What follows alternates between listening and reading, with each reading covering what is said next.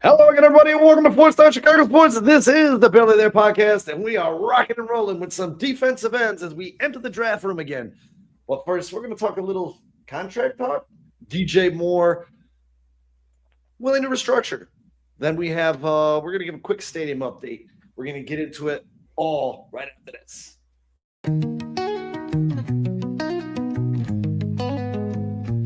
Windy City banners rocking 4 stars align. Dynasty dreams rise, Bulls in their prime. Cubs curse shattered, the victory divine. Fields be running, clock ticking on my timeline.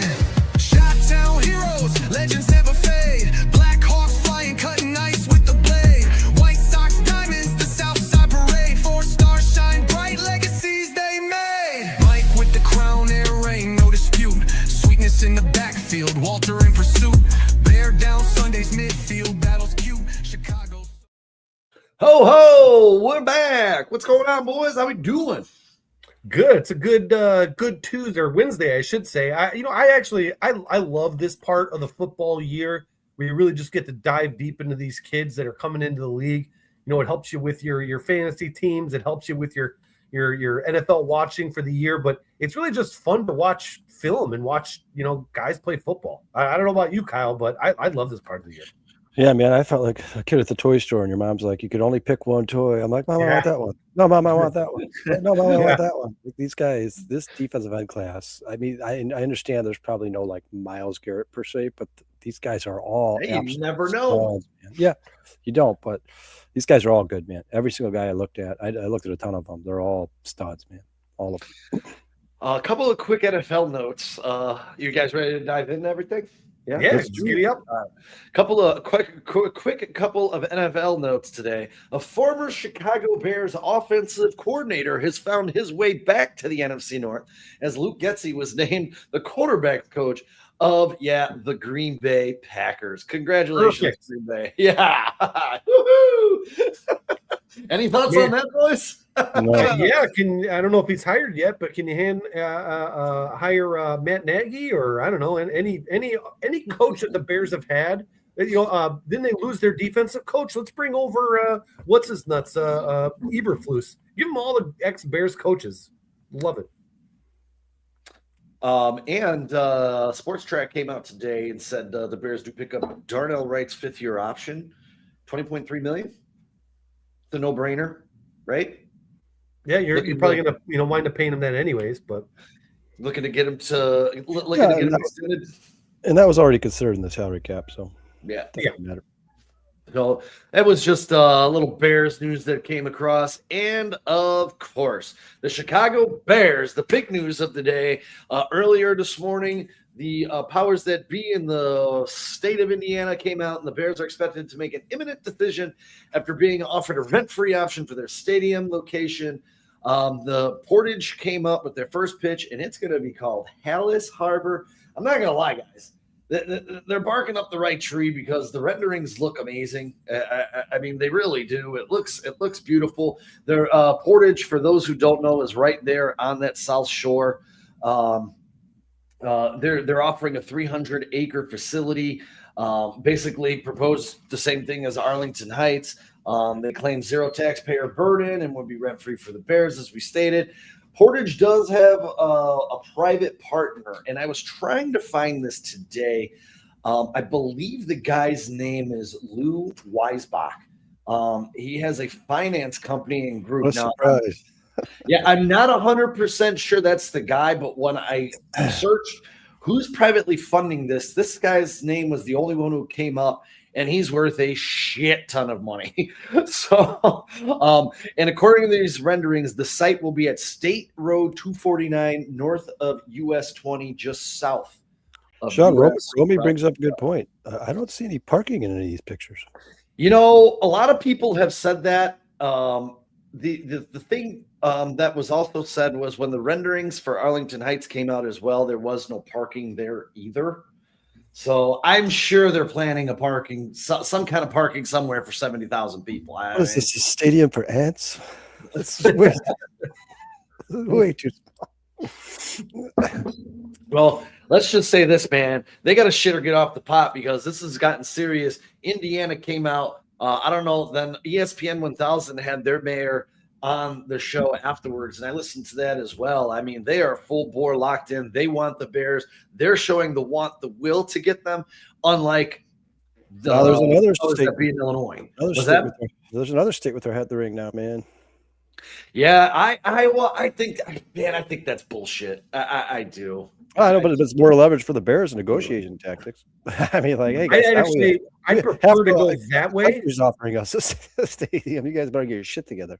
I prefer to go west than east, to be perfectly honest with you. But I believe they're finally.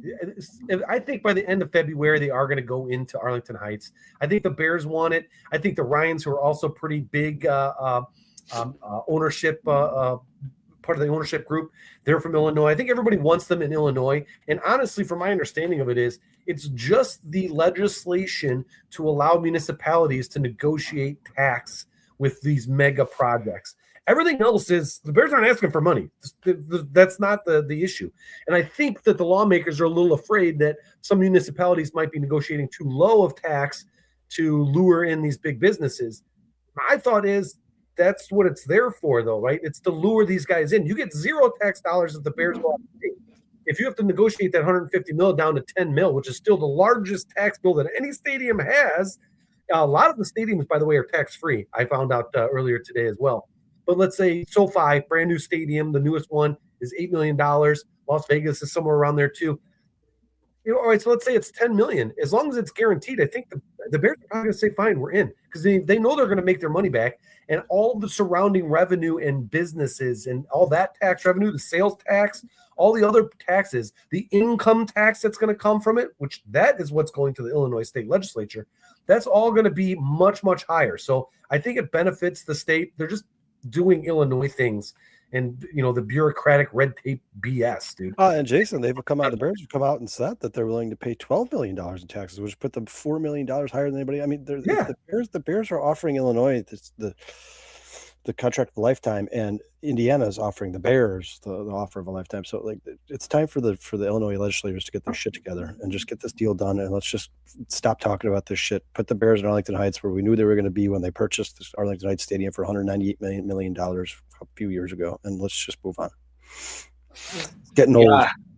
We're gonna find out here, man. It's like the old story that we're leading off every show with. It seems over the past couple of weeks. It's real quick, Sean. What's up, Mikey? What's up, Paul? What's up, Romy? We appreciate you guys.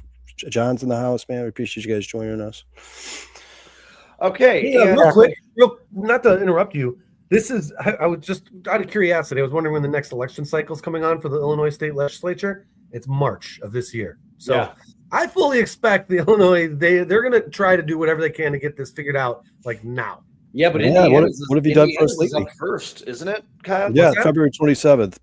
Illinois is like March 9th or March 15th or something like that. If Indiana's is February 27th. So remember, after that legislature closes, they can no longer make a deal for the rest of the year. So they have to. The Bears have to decide before February 27th where they're going. I think we're going to have a decision here within a week, man. I think so too. Some big news that came across. I know you guys touched on it a little bit on Monday, but the Bears are looking to restructure DJ Moore. I dove into this a little bit more. It looks like Joe Tooney and Grady Jarrett are also eligible, and they're looking to restructure. And Jonah Jackson. Those are the only names I came across so far today. But Jonah Jackson would be great too. Those three would free up $41 million. Since the Bears are currently tight against the cap, you get the potential savings of 16.8 to 19 million. Convert base salary into signing bonuses, add void years. For me, obviously, the cleanest, most logical move for the Bears to do when it comes to DJ Moore. Then Joe Tooney, likely restructure candidate, expected to stay here. Simple conversation, void years create the additional space. Again, Grady Jarrett's the more difficult of the contract, essentially locked in through 2026, and the Bears can't realistically move off of this deal until 2027. He has his performance, obviously, last year really didn't match the $43 million price tag that the Bears put on him. But there is a little risk with these void years because the void years mean dead cap charges later. Potential plan would leave the Bears paying these players Well, they're no longer on the Chicago Bears, and we know how the Bears feel about those situations. It's one thing they don't like to do, but if they do add void years and restructure these guys, they will be paying these players as they're no longer Chicago Bears. Thoughts on this, guys? Well, I think with the void years, that what most of the restructures are the ones where they basically take a big chunk of this year's salary, put it into a bonus, and then that bonus is then averaged out over the rest of the life of the contract. So let's say if you take DJ Moore's $23 million, you take $15 million of that or whatever it is, you can then take 5, 5, and 5. So it's a much smaller cap hit. It's usually beneficial when they do that for the actual player because they get a little bit more guaranteed money because the bonus is guaranteed, right? You're not. It is what it is. Now the void years is a way for them to lower that cap up front to where it's like 1 or 2 million for the first couple of years, but then it balloons into those void years. And I don't think that's the route the Bears should go because we got to think about Caleb Williams' contract coming up here. If he keeps playing and keep progressing, we're going to need as much cap space as possible to afford this kid. He's going to be the highly paid, probably the most highest paid Bears player ever. Might be the highest player in the league. Yeah, he might be the highest player in the league. Right. So I think they're probably going to go the restructure, and I think they could probably do a couple of guys. They're just going to have to be smart and not make sure that these dead cap hits are going to hit us, in 2 or 3 years, or if they do, they're minimal. Now I think in 2028 the cap's going to be like almost 350 million or something like that. So there will be a lot more room then, but salaries are going to be higher too. I mean, the salaries don't come down, right? I mean, Kyle, you kind of look into this stuff more than me and Sean do. What do you think? I agree with everything you said, Jason. I mean, you guys are you're both 100% correct. I mean, the Bears are going to have to choose a handful of players to restructure. They can't restructure everybody. I mean, there's a lot of guys who are eligible, but they can't do everybody because, like you said, Jason, you want to pay Caleb Williams before the 5th-year option. You don't even want to have risk him hitting free agency. So you're probably going to have to extend him in 2027 after this next season played. And I'm assuming they're going to extend him in the middle of 2027 at some point. And you want to have as much salary cap available as possible. Now, listen. Ryan Poles has done a good job making sure all these contracts are kind of out of the way by the time Caleb Williams gets paid, because already next year, even before the salary cap went up, the Bears were already $56 million under the cap going into 2027. So they're in a much better shape in 2027, 2028. A lot of these contracts will be expiring. And he's also done a good job front loading a lot of the guarantees. So like, for instance, to get out of Deo's contract, not this year, but the following year, is a lot less of a dead cap hit than it would be this year. So, I mean, people can say what they want about Ryan Poles, but he is good when it comes to finances, not necessarily picking the right players, but he does structure the contracts. He knows you guys know that Ryan Poles wanted Caleb Williams here more than anybody. He knew that he was going to have to pay him at some point, and he has structured most of these contracts to make that more convenient in 2027, and that's exactly how it's going to play out. I think in 2027, guys, you're looking at $90 million under the cap, and that's before the salary cap goes up. That's before it goes up. So they're going to have plenty of money to pay Caleb Williams and probably add a couple more guys that year too. I mean, what are you guys thinking for Caleb? 65, probably 60, 65, somewhere in between there. What's Mahomes at right now? Well, Mahomes is like the 8th highest paid quarterback in the NFL. The highest paid player is it Joe Burrow? Well, it'd probably be the most recent. So it's going to be somebody like Jordan Love, like one of those guys. Highest paid player in the NFL. Let's see who it is. Miles Garrett, I think, is the non-quarterback highest paid. Yeah, well, Mahomes' entire contract it was a $512 million contract, I believe. So it says as of late 2025, Patrick Mahomes is the highest paid player in the NFL based on total earnings estimate at 78 to 80 million, including endorsements for the contract. Value-based average annual. Dak Prescott became the highest paid player in NFL history per year at 60 million. Yeah, and Prophet put that in the chat there. Yeah, I knew it was 60. I knew somebody was getting 60. It's Dak Prescott. Caleb's going to surpass that guy. He's going to surpass that. If he's at 60, I'm probably saying 65. Easily. Oh, yeah. 65, 70, maybe. God, with all his endorsements, God, I would love to be Caleb Williams, man. Don't forget, he made that investment company, too. He's clocking dollars off of. I was looking this up, guys, and I don't think Poles is in charge of the actual contracts. It's that Feinstein and Cliff. I just look at Feinstein and Matt Feinstein. Now they operate under Poles. I mean, they work for him, but I think those Bears two guys are geniuses. Yeah, they're the Bears financial agents. They're basically accountants. Sean, what's Watson? John says Watson's the highest paid player in the NFL. What's Watson's annual? Watson, I know he's clocking. He's clocking some dollars. Here we go. Watson Josh Allen and Burrow are tied at 55 million. You got Yeah, Trevor so Lawrence at 55 million. yeah, so it's Dak. It's Dak. It's definitely Dak. Yeah. I'm going down the list here. Purdy's 53 In million. 2026, Deshaun Watson's gonna make $46 million. So Dak's Yeah, he's 50 down the million. list. Yeah, but he's way up the list for not playing. Well, if the Bears are smart, they'll do exactly what the Chiefs did. Just make it a 10, 11, 12-year contract so you can stretch that money out as much as possible. And then even when these guys reset the market every year, Caleb will start to fall behind pretty quickly. He'll start to sink down to 5th, 6th, 7th, 8th. And I'm not talking about the entirety of the contract. I'm talking about annually. He'll start to slide down the list because the way the Chiefs did it was perfect. Basically what they said is, hey, Patrick, we're going to keep you here for the rest of your life, rest of your playing life. We're going to keep you in Kansas City. You flash that $500 million, $500 million contract in front of him. And he's like, yeah, I'll take $500 million. But if you look at it realistically, annually, he should be the highest paid quarterback in the NFL. And if you look at it annually, he's not. I don't think he's in the top 5. Yeah, they've restructured his contract Patrick though, I think, like Mahomes. 5 or 6 times. Yeah, that's another problem is they do all these restructures. So, you never know what year he's getting what. Like Jason, like you talked about earlier, did they push, you said you could split that guarantee to 5-5-5. Did they push it all into 2026? Because if they did, then he's probably going to be the highest paid quarterback in 2026. But you should never know where they stuck all that money. But I expect Caleb to be the highest paid quarterback in the NFL. Him and Drake May will reset the market. No doubt about it. And Bo Nix is probably going to be involved in that conversation. And then don't be surprised if the year after that, guys like Jackson Dart and Cam Ward reset the market. Yeah, it's not about it's not about what you're getting paid for. It's about when you get paid in the NFL. 100%. How recently you've been paid. I mean, like you guys said, the more the salary cap goes up, the more you're going to see baseball contracts in the NFL. Yeah. Sooner or later, though, the bubble's got to burst on these guys always asking. Like every player wants to have contracts because they think they're the best. Like, and teams keep doing it. They keep paying every position. Like, oh yeah, you're going to get more than everybody else now. You're not really better than everybody else. Well, and the players have been, I mean, we just had this last season where all the second round picks wanted guaranteed contracts. I mean, every year the players ask for more and more and more. And it's like, I've looked at some of the playoff numbers. I understand the NFL takes most of the money, most of the profit from the playoffs. And at first I was kind of like, well, that's bullshit. It almost costs Sam Darnold to play football in San Francisco because they have a working tax in San Francisco. Every day you're there, you got to pay or the state of California to play. I think he was actually negative $250,000 by the time the Super Bowl was over.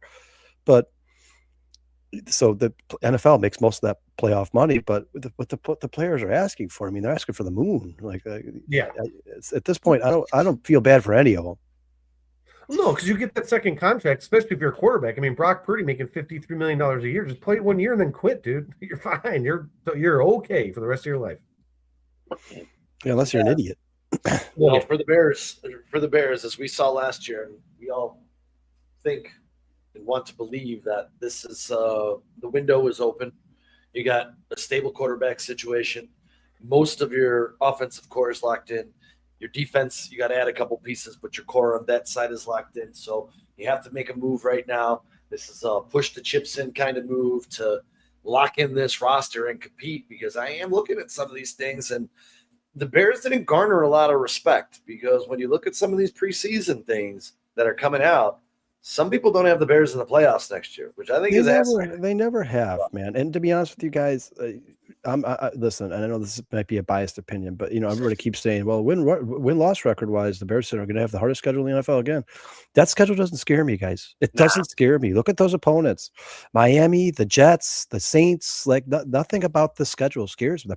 Listen, are the Panthers a better team than they were a couple years ago? Sure. Are they like scary? Like you look at the schedule, like, oh man, we got to play the Panthers. Like no, the Falcons. Do they scare you? No. Just this schedule looks easier than. This schedule looks better than the one. Yeah, I like this one. Do the Eagles or Buccaneers scare the hell out of you? No, I mean the Jaguars are a good team, but the Bears could certainly beat them. The three teams on this schedule that scare me the most outside of the division are the Patriots, the Bills, and the Seahawks. Outside of that, I think the Bears could beat every single team on that. And if you could just win 2 out of 3 against those 3 teams I just mentioned, and then at least win 3 or 4 division games, you're in good shape, man. I think we got to play better in our division next year. What I think people are doing, Sean, is they're underestimating, because obviously when you get to cold weather, running and defense matters a lot, right? When you're talking about playing November, December, defense wins championships. But early on in the season, you guys, what wins the games? Franchise quarterbacks, and the Bears have a damn good one. And I think as long as he continues to grow and get better, this Bears offense is going to be almost unstoppable. And people can keep saying, "Oh, the Bears are not going to be a playoff team. The Bears, that was a flash in the pan." Well, Look at every team that's had a franchise quarterback in the last 20 years. They all have sustained success. They all have long stints of winning seasons. And I think the Bears are now in that conversation because of one, Caleb Williams, and obviously the addition of Ben Johnson last offseason. I think this is going to be one of the best offenses in the NFL. The Bears are going to be damn tough to stop. And you guys, people are talking about Coastal Loveland and Luther Burden like they're amazing. We've barely scratched the surface. We've barely scratched the surface. I'm with the chat. And I think the Bears will get it done. They're saying the Bears should sign Caleb sooner rather than later. Yeah, I think that if he well, you're not allowed to sign him within a no. I think wait when, a certain amount of time. Yeah, when the window opens, I think the Bears will pull the trigger on it right away, especially if he continues to perform at the level he did. It's just going to go up. Yeah. If you don't do it. I expect it to be the first chance they have in 2027. As soon as that window opens, Sean, like you said, I think they'll be in the office in contract talks that day. At least have to start the talks. Absolutely. And Caleb and PCA are becoming good friends, man. They're palling around everywhere together around town. And Connor. They went to dinner with Connor Bernard the other night. Oh, he did? I didn't see that. Yeah, on top of all that, Ryan Poles has been damn good at getting team-friendly contracts. Guys, Jalen Johnson should have made more money than he was paid. I mean, it made him like the 10th highest paid corner in football. He's better than that. DJ Moore probably could have squeezed more money out of the Chicago Bears if you looked at that. He's the 13th highest paid receiver in the league. He's probably the 13th, 14th, 15th, 16th best receiver in the league, but like I said, it's when you get paid. So the 13th best receiver in the league at that time should get paid as like the 6th, 7th, 8th best paid receiver in the league because you're resetting the market every year. You know what I'm saying? Like, yeah, I think he's been outside of the Cairo Santos contract I was a little dumbfounded when they signed that contract, but outside of that, Ryan Poles has been damn good at getting guys to play here. That one, and Grady Jarrett and Deo are not looking so good on the books. I'm talking more about the guys who are already here. Oh, okay. Not rather than guys he brings in free agency. Because the problem with free agency, man, is there's no familiarity with the Bears. So you're competing against everybody in the NFL, right? Like Deo could have chosen everybody in the NFL. I think DJ and Jalen wanted to be here because they've been here since day one. And especially a guy like Jalen Johnson, who's been a part of so many losing teams. Like as soon as they draft a quarterback, he's like, all right, the future looks kind of bright. I'm not leaving now. I've already dealt with all this shit for the last 5 years. I want to win. That's what DJ is thinking too. I guarantee you. DJ said it in his presser. He's like, I want to be in Chicago because I think there's something special going on. That is correct, Prophet. You can't re-sign him until after his third year. So there's a couple of we got next year, right? And then the Bears 27 will be so 2027 is so 2026. This next season will be his third season. So it's 2027. I think it's training camp is when they can start negotiating. July 1st, I believe, of the third year. Is it? Yeah, I think it's July 1st. Don't quote me on that because, again, I'm not super into the contract stuff, but I think that's what it is. Because you notice the Bears have done most of their extensions during training camp. Remember DJ Moore? I mean, most of their extensions, Jalen Johnson, have come during training camp. I'm assuming that Caleb will be paid within the first 6 weeks of the 2027 season. I agree. The last contract problem they've had really was Roquan. I don't know that was a problem. I know I was okay with letting him go for what he was asking. I know there's a lot of conflict in Chicago, and some people are on their side of the coin. Correct me. Do you guys think there might have been something personal going on there too? Like, I think it became personal. I don't think there was a good relationship. He was representing himself. Yeah, I think it became personal. Even his first year, his rookie year, remember he had to sit on the bench for a couple of games, and they never told you why. He was there. He was kind of a bitch. He just never played. I'm not gonna lie. I think there was something personal with Ro. I think Roquan was kind of not a good. I agree, Prophet. Not that kind of guy. But yeah, everybody else, like the hard workers, guys come in and work hard every day, like Cole Kmet, put your nose down, get to work. Ryan keeps those guys here, man. I mean, I think the players look at that shit and they say, you know what, man? Look, I'm gonna get paid if I just work hard. There's nothing fancy I need to do. I just need to come in here, do my job. And that's what Cole Kmet did, and he got paid. That's great. Teams are going to stay with you because of that. Ryan Poles is notorious for character guy. That means a lot to him. Character means a lot. That is true. A lot more than most GMs. I think a lot of GMs are willing to pay guys solely based off talent. I think Ryan Poles is like, well, I don't want to work with an asshole. So you could be the best talented player in the NFL, but if you're a piece of shit, You're not getting paid in Chicago. I think that's kind of listen, guys. They passed up on Jalen Carter. I mean, enough said. They passed up on one of the best defensive tackles come out of the draft in the last 15 years. And as we do these draft profiles, we should be looking at the character of these guys and eliminating some off of our list. Jason brought it up last week. He said, I think when it comes to the Bears, and maybe even most teams nowadays, those interviews where they're not even talking about football, they're just sitting down with these guys, getting to know who they are. That means a lot to these guys. A lot. I think that's why they tell them questions as an interview. They know, like, if you know the right answer, okay, you just went up on our board a little bit. If you don't know the answer, you know what? I'm going to go with the guy that has similar stats, maybe a little bit lower, but I can coach him, so I'm going to pick that guy. Yeah. And I agree with Prophet here. He thinks it became personal because there wasn't a buffer between the team and I agree, man. When you're getting criticized and Harry, man, you don't do this, and you take that personally. That's something your agent usually hears and then goes back and talks to. Didn't Roquan also have was it Roquan? Who was it on the Bears that had their agent was like their uncle or something? Was that Roquan? I don't remember. It was like the guy who wasn't even supposed to be negotiating with teams. Oh, maybe. I think you're right, dude. Oh, yeah. Now that you're saying that, that guy's not allowed to negotiate with NFL. He's not a certified NFL agent. You can't. That guy can't. Got that Prophet? Prophet seems to be on this. Maybe I'm wrong. Maybe it was somebody else. I don't know. But I think you're right because he would. Yeah, and I think it was something similar. No, not with Caleb because he had a rookie contract. But I think you're right. It was him because they were saying like NFL teams were like, no, I can't talk to you. Yeah, it was like his uncle or his dad or something. They were like, dude, you are not certified. You by law, you cannot be negotiating contracts for your nephew or your son. It's nothing personal. That's just a rule by the NFL. I thought it was Roquan. Maybe it's not, man. Saint Omni. I don't even know who that is. I don't know who that is either. Yeah, I don't even remember that guy. I don't remember. Oh, Saint Omni is the guy. He's the agent. Yeah, you. Gotcha. You are 100% correct. Yes, probably. I thought he was talking about a player. I'm like, I don't remember Saint Omni. I don't know. Yeah, no. Yeah, he's a negotiator. He's not a certified NFL agent. He's the guy that comes in as like a third party. And the Bears were like, dude, you can't be in the room. We don't even know who you are. Get the hell out. You're not part of this. And I think Roquan took that personally. And the Bears were like, you know what, Roquan, we'll trade you for a third 6th round pick, whatever they got. Second and 6th round pick, whatever. And then they traded that second for Chase Claypool, I think. Right? Well, I will tell you this. He's certified now, by the way. I just looked him up. I'm sure he is now after the Bears were like, get the fuck out. I'm sure he's like, all right, I better go get mine. As we move along our draft rooms the incoming weeks, there's some really, really good off-the-ball linebackers in this draft coming up. A few that I don't know if the Bears are going to draft a linebacker in this draft. Maybe they will, maybe they won't. But they have to. I hope they do. I really hope they do. We need them. That's one of our biggest needs. Yeah, I mean, it's the only guy out of the draft last year who.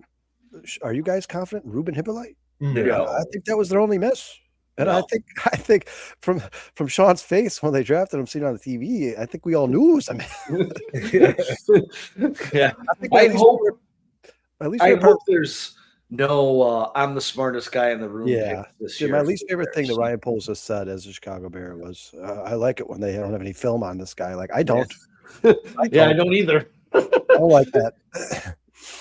Yeah, it was really unfortunate too. It was really unfortunate for some of these guys that I liked in this draft, including one of my boys that we went over last week, Landon Robinson, the D tackle from Navy. He did not get his combine invite, which kind of sucks. But there was some pretty big names on here. Mikhail Kamara, the defensive end. The edge from Indiana, I was very surprised he didn't make the cut either or get an invite. Shed Banks, who has met with the Bears on 3 separate occasions, did not get an invite as well. The other interior, God damn it, sorry, running back Kalen Black from Indiana didn't get it, and Trinidad Chamberlain didn't get an invite to the combine either. It's kind of weird, some of these names. Cole Wisniewski was another one. We'll talk about him when the safeties come around. I kind of like him. He didn't get a combine invite either. So kind of interesting. Kind of interesting on some of these. How many guys are invited to the combine? What's the I don't number? know the exact. I don't know the exact number. Like I know that. 70 I or know that 13. I think it was 13 Buckeyes, 12 from Alabama, 11 from LSU. So the big schools are cleaning up still, getting their players into these combines. And some of these things that we talked about are going to change. And one guy on my list who's pictured on the right side of the frame right here, right now, Caden Curry, who we'll talk about shortly. I think because he is going to the combine. Is that your right or the few? I don't know. The Buckeye. My right. Jason's got it right here. 329 players. There you go. I've never really looked that up. I probably should have. I was just kind of surprised at. I'm just kind of surprised that some of these guys didn't, especially Landon Robinson, who had a really, really good showing at the Senior Bowl. He didn't get an invite. That was really depressing because I really like that kid, man. Hopefully it doesn't affect his draft stock, or it does, and the Bears get a 6th round gem. Yeah, it could be good for the Bears. Yeah. So Romy, I'm a little surprised, man. Wait, let us break down some of these defensive ends before you count them out. There's a couple of guys in few guys in this draft who I think are going to be absolute studs. Yeah, I didn't want to waste too much time. I think we know about the TJ Parkers of the world, the David Baileys of the world. These are the highly coveted defensive ends that are coming into this draft that are probably going to be a couple of the ones plunked off the board. I saw the Bears connected to TJ Parker a little bit from a couple different draft analyst guys, but I think Jason's got a name on the list today. That was also recently connected to the Chicago Bears, Messador. And he was just recently connected to the Chicago Bears. Akeem! So we'll let's get into this, boys. We got a lot of names to cover in about an hour and a half to do it. So start her off, Sean. Let's hit that draft room. Who do you guys want to start off with? Go ahead. Oh, J2K's in here for draft profiles. I knew he heard draft profiles. He's like, I can get in this room. Sean, start her off. I think you did the most, so go ahead and start her off. Well, I'll start it off with a guy, an under the radar guy for me, and I wish Kyle's brother was in the house. We'll get into some of the bigger names that are in this draft, but some sleepers. This is Vincent Anthony out of Duke, defensive edge. Kind of a sleeper, man. 6'6", 260 pounds. He certainly looked the part at the Senior Bowl. That's for sure. His tape was phenomenal. 78 inches, his length, 78 inches, creates natural leverage problems for tackles trying to punch inside. With his frame, explosive first step off the ball, generates immediate pressure, forces tackles into recovery mode. 17. The one thing when I was going into him, I didn't like when he was midway through the season. He had 17 pressures and 7 sacks at the midseason mark. He finished with 25 pressures and 7.5 sacks in 2025. This is probably why he is going in the 6th round. But as I said, he's a disruptive force. To me, he should be on a few more people's boards. Brandon turned me on to him. He's known for being explosive. Currently a 6th round grade. We'll see if this kid can jump up into the 5th round here as the draft approaches. But it was a good call by Brando. Good. He looks the part, and it was a short clip on him. But there's a lot more film out there. If you don't know Vincent Anthony, go check him out. He's pretty big, pretty explosive off the edge. Quick first step, like I said. Who you guys got? I'll start hold on 1 second, Jay. We're going to get into Gabe in just a little bit. I got a full profile and some tape on him. We're definitely going to be checking him out because I like him. The one thing that we'll get into in a minute, there's a couple things I don't like about him, but mostly I like a lot about him. Go ahead, Jay. What you got? No, I was going to start her off with Ruben Bain. He's probably, our most experts have him. I want to say is probably like the number 1 or number 2 consensus edge rusher in the draft this year. So there's not much I'm going to probably say about him that most people don't already know. He does have decent size, not the biggest guy in the world, a little bit heavier, 6'3", 275. He's got a really solid lower half. If you look at him, he's got tree trunks for legs. He's got like a shorter torso, but super long, just giant legs. And really kind of a more like fire hydrant type midsection, but skinnier arms, not really like your prototypical looking defensive end. He does have flashes of elite speed on his jump off of the line, and his long legs give him this really like beguiling speed. He has these long strides that are really slow, and I think that's what gums up some of these opposing tackles. He gets into the backfield, and that's so fast. That's what causes all that confusion with those tackles. He does have a very aggressive, like quick hand fighting skill set that, basically quickly like just smacks away opposing tackles' leverage moves. It's pretty interesting. The hand fighting and the quickness off the line, I think, resulted in something like 9.5 sacks last year. It's not going to, lead the NCAA or lead, the NFL any year, but hey, he has potential to disrupt a game by himself. He is a game wrecker at times. He had great games against Notre Dame this year, and I think against Texas as well, Texas A&M. I think he had 3 sacks against Texas A&M. I'd also mention that he had a pretty damn good playoff this year for Miami, with good games against Ohio State and Indiana. I think between those 2 games, he had 12 total tackles with 2 sacks. And against Indiana, he had 8 tackles and 1 of those sacks. So really plays well against good competition here. So that's something to really consider, and probably why he's valued so highly by some of these scouts in the NFL. Now, I'd love to see a guy get better as the season progresses like he did, but I do have some concerns about him, and I don't think he goes that early in the first. I think they're saying he's that, good, but I think he's probably more of a mid-first rounder, mostly because most of his size comes from like that lower half, and he keeps his pad level high. So those short, skinny arms for a 275-pound guy leads him to have a tendency to over pursue against some of those complicated pre-snap motion play and play fakes because he has those long strides. And then he gets caught up outside or behind the quarterback many times, which is what that tackle's trying to do if he can't gum you up. So that's something to look for there. I think you could probably coach that out of him, though. He is just as good of a pass rusher as a run defender.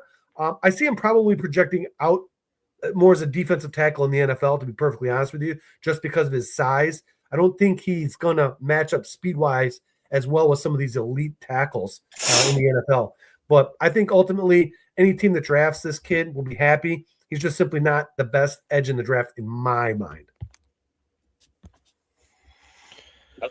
Yeah, I don't know. I'm a little bit. I'm not gonna lie, Jay. I'm kind of with you. I know a lot of experts are high on Bain. I'm actually a little bit higher on Methodor after I looked into him because I wasn't originally when his name was connected to the Bears. There's something about both of them that throw me off just a tad, though. I'll tell you what throws me off about Methodor later because I'm going to talk about him too. But they're both great guys. You're getting great players with both. But yeah, the first guy, I agree. I don't think the Bears are going to have a chance but Bain. But first guy, is Joshua Josephs out of Tennessee. This is my least favorite guy of the 4 guys I did. He's just a little undersized for Dennis Allen, and he struggles with tackling. His missed tackle rate is concerning. He's 6'3", 240 pounds, like I said, out of Tennessee. He's a true edge defensive end. He's projected late first round. I think that's going to end up being early second round, maybe even mid second round. He has 47 college games played, 1,141 snaps. His 2024 statistics: he used 13 games. He had 39 tackles, 17 of them solo, 9 tackles for loss, 1.5 sacks, 3 forced fumbles, 2 fumble recoveries. This guy does force a lot of fumbles. That's one good thing about him. 2025, he had 11 games played, 33 tackles, 17 of those solo again, 6 tackles for loss, so a little bit of dip there, 4 sacks, so his sacks actually went up, and then once again, he had 3 forced fumbles and 2 fumble recoveries again. So this guy definitely gets after the ball, no doubt about it. Draft Buzz rating, he had him 86.8 out of 100. His tackling, like I said, is a concern. They have him at 62. His pass rush is 100, and run defense 93. This guy kind of reminds me a little bit of Austin Booker. Like, this is a guy who, if you beef up a little bit, I think he'd be better utilized in NASCAR packages solely to rush the passer. I don't think he's going to be a guy who's going to be heavily involved in stopping the run. Some of his NFL comparisons, and I know I'm going to butcher these names, guys, but Arnold Ebiketie from the Falcons and Princely Umanamian from Panthers. He has a massive wingspan. 82-inch wingspan creates problems before the snap even happens, allowing him to strike offensive tackles at range while keeping his body clean from their punch attempts. First step explosiveness is legitimately special, with a 4.68 40 time that shows up on tape as elite get off that leaves SEC linemen lunging at air. When setting the edge against the run, he plays with discipline, gap integrity. He belies his age, anchoring hard and forcing ball carriers back inside. Pass rush repertoire has developed nicely with a devastating cross chop, effective pass pull or push pull, and a bull to rip sequence that gave Alabama and Oklahoma fits. That's another good thing. That's one thing I did like about Joshua is he does show up in big games, man. He seemed like he had his best games when it mattered the most. Here's his weaknesses, and these are the reasons I don't really love this guy. At 240 pounds, I think that's a little too small for Dennis Allen. The lack of mass becomes apparent when power profile tackles sit down and anchor against his rush, neutralizing his speed advantage. Stiff ankles limit his ability to maximize bend around the corner, preventing him from fully utilizing his flexibility through his torso and knees. And this is a guy I noticed when watching the tape. He stands up a lot. You rarely ever see him set. You rarely ever see him set in a 3-point stance. I think I watched maybe an hour and a half of tape on this guy. I think I saw him get down in a set maybe 3 times. This is one of those guys who I think, like I said, he'd be better used on third downs, NASCAR packages. He's not going to help much in the run. His tackling inconsistency is concerning with a 23.5 missed tackle rate, suggesting issues with technique or effort when bringing down ball carriers. Tight end chips and combo blocks collapse him inside too far, which opens up outside run lanes. Basically, his scouting summary, guys, is watch him play and you see the edge defender whose athletic profile makes coordinators drool. The combination of 4.6 speed, 34-plus-inch arms, and 80-inch wingspan creates a physical package that should translate immediately as a situational pass rusher at the next level. He wins with quickness and length off the snap, and his hand timing has improved remarkably over the last 2 seasons. Tennessee deployed him primarily as a designated pass rusher for good reason, and NFL teams would be wise to follow the blueprint initially. So the problem you have when you draft a guy like this is he's probably going to be more of a situational player, so I certainly wouldn't draft him in the first round. That's just me personally. I think the Bears already have one of those guys in Austin Booker. I like Austin Booker a lot. I think he's developing into a much better all-around player. But early on in his career, let's face it, guys, he's more of a pass rush specialist, and I think that's exactly what Joshua's going to be early in his career. He stands really tall. Like I said, he's rarely ever in a 3-point stance, and he's a little bit thinner, so he does get bullied by bigger tackles. So it's going to be interesting to see the translation from the college game to the NFL game. I think he is going to struggle with that transition. Yeah, I don't like. I'm with you. I think he stands up a little bit too much for the liking of one Dennis Allen.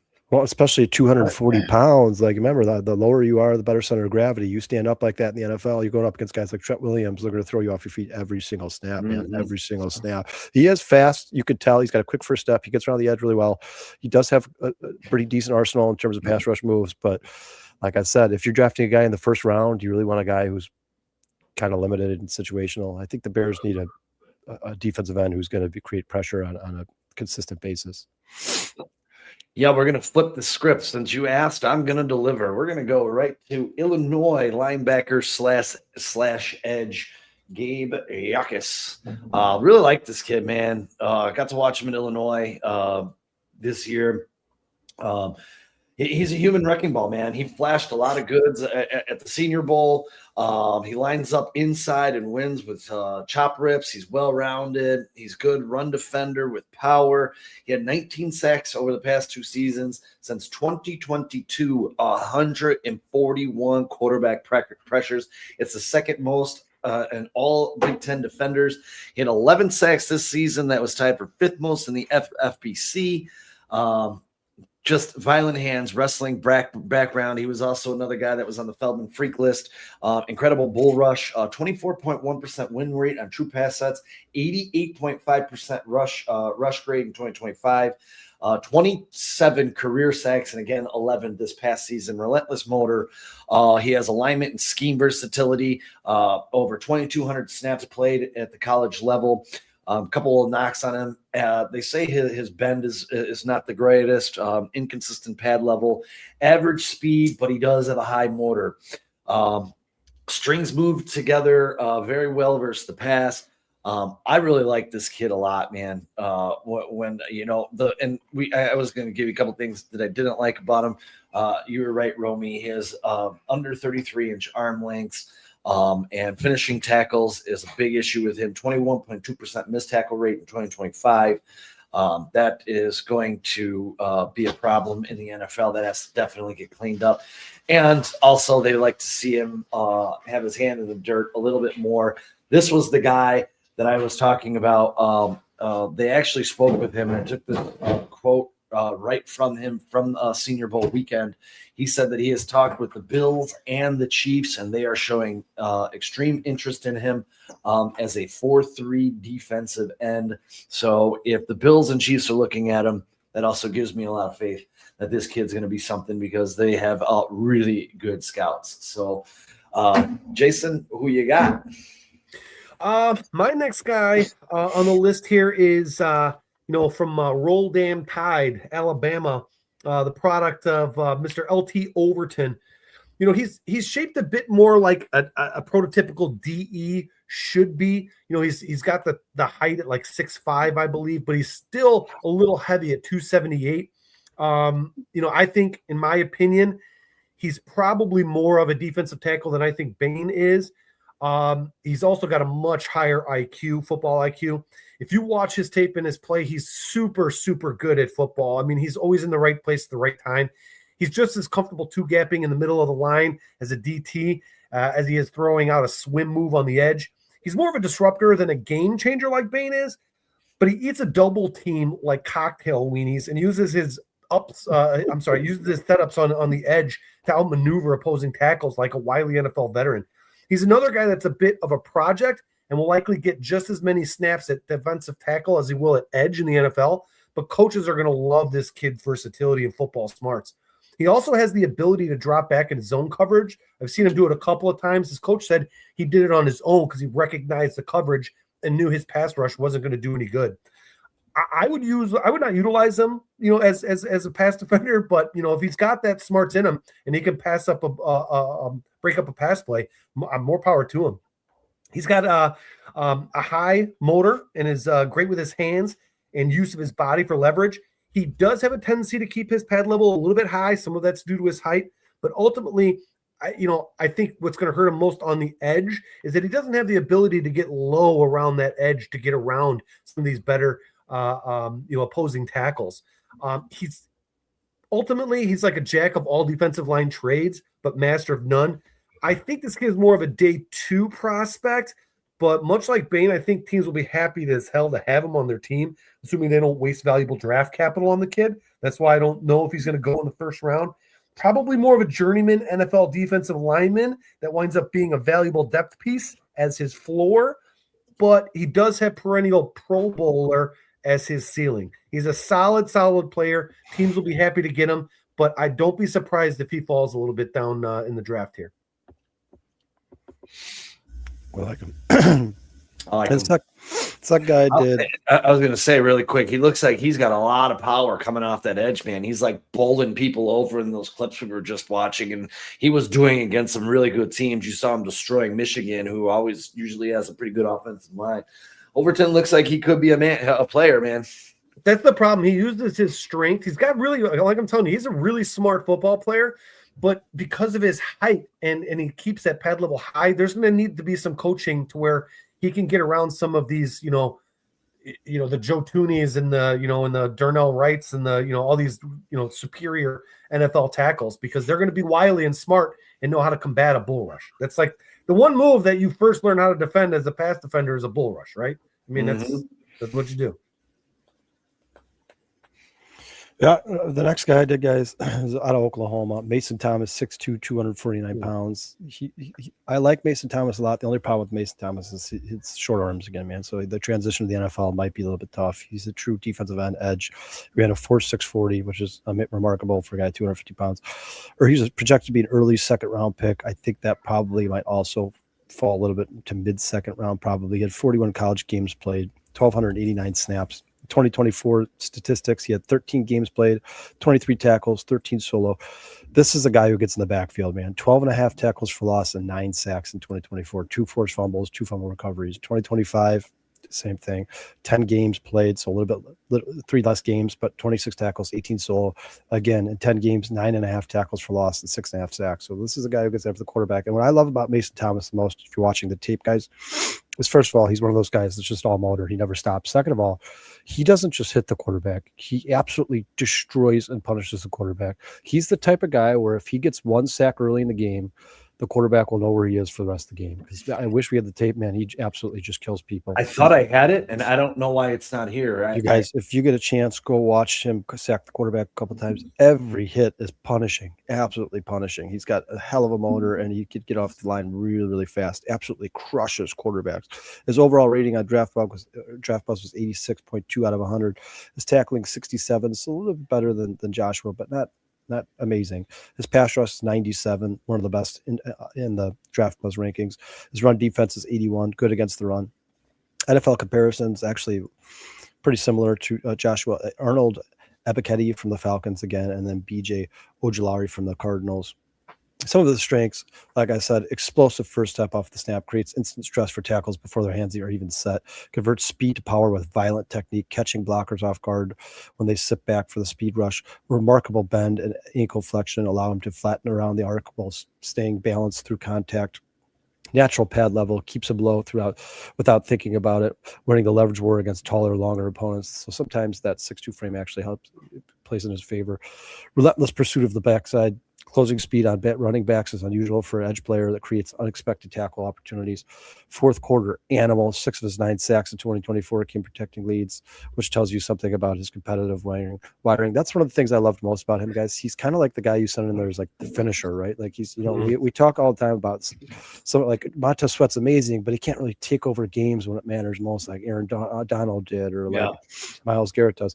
This guy, at least in college, like I said, with those short arms, it's going to be a tough transition in the NFL. But in college, he was that guy. He's the guy you want on the field on every single down in the fourth quarter, and he's going to put the game away. Here's some of his weaknesses, things I've mentioned. Undersized frame at 249 pounds with below average arm length. Invites bigger blockers to lock onto his chest and smother him. Anchor dissolves against down blocks and combination blocks from the run game, getting washed inside and abandoning his gap. Hands arrive late at the point of attack. Tackles with quick sets consistently win first contact to control the engagement.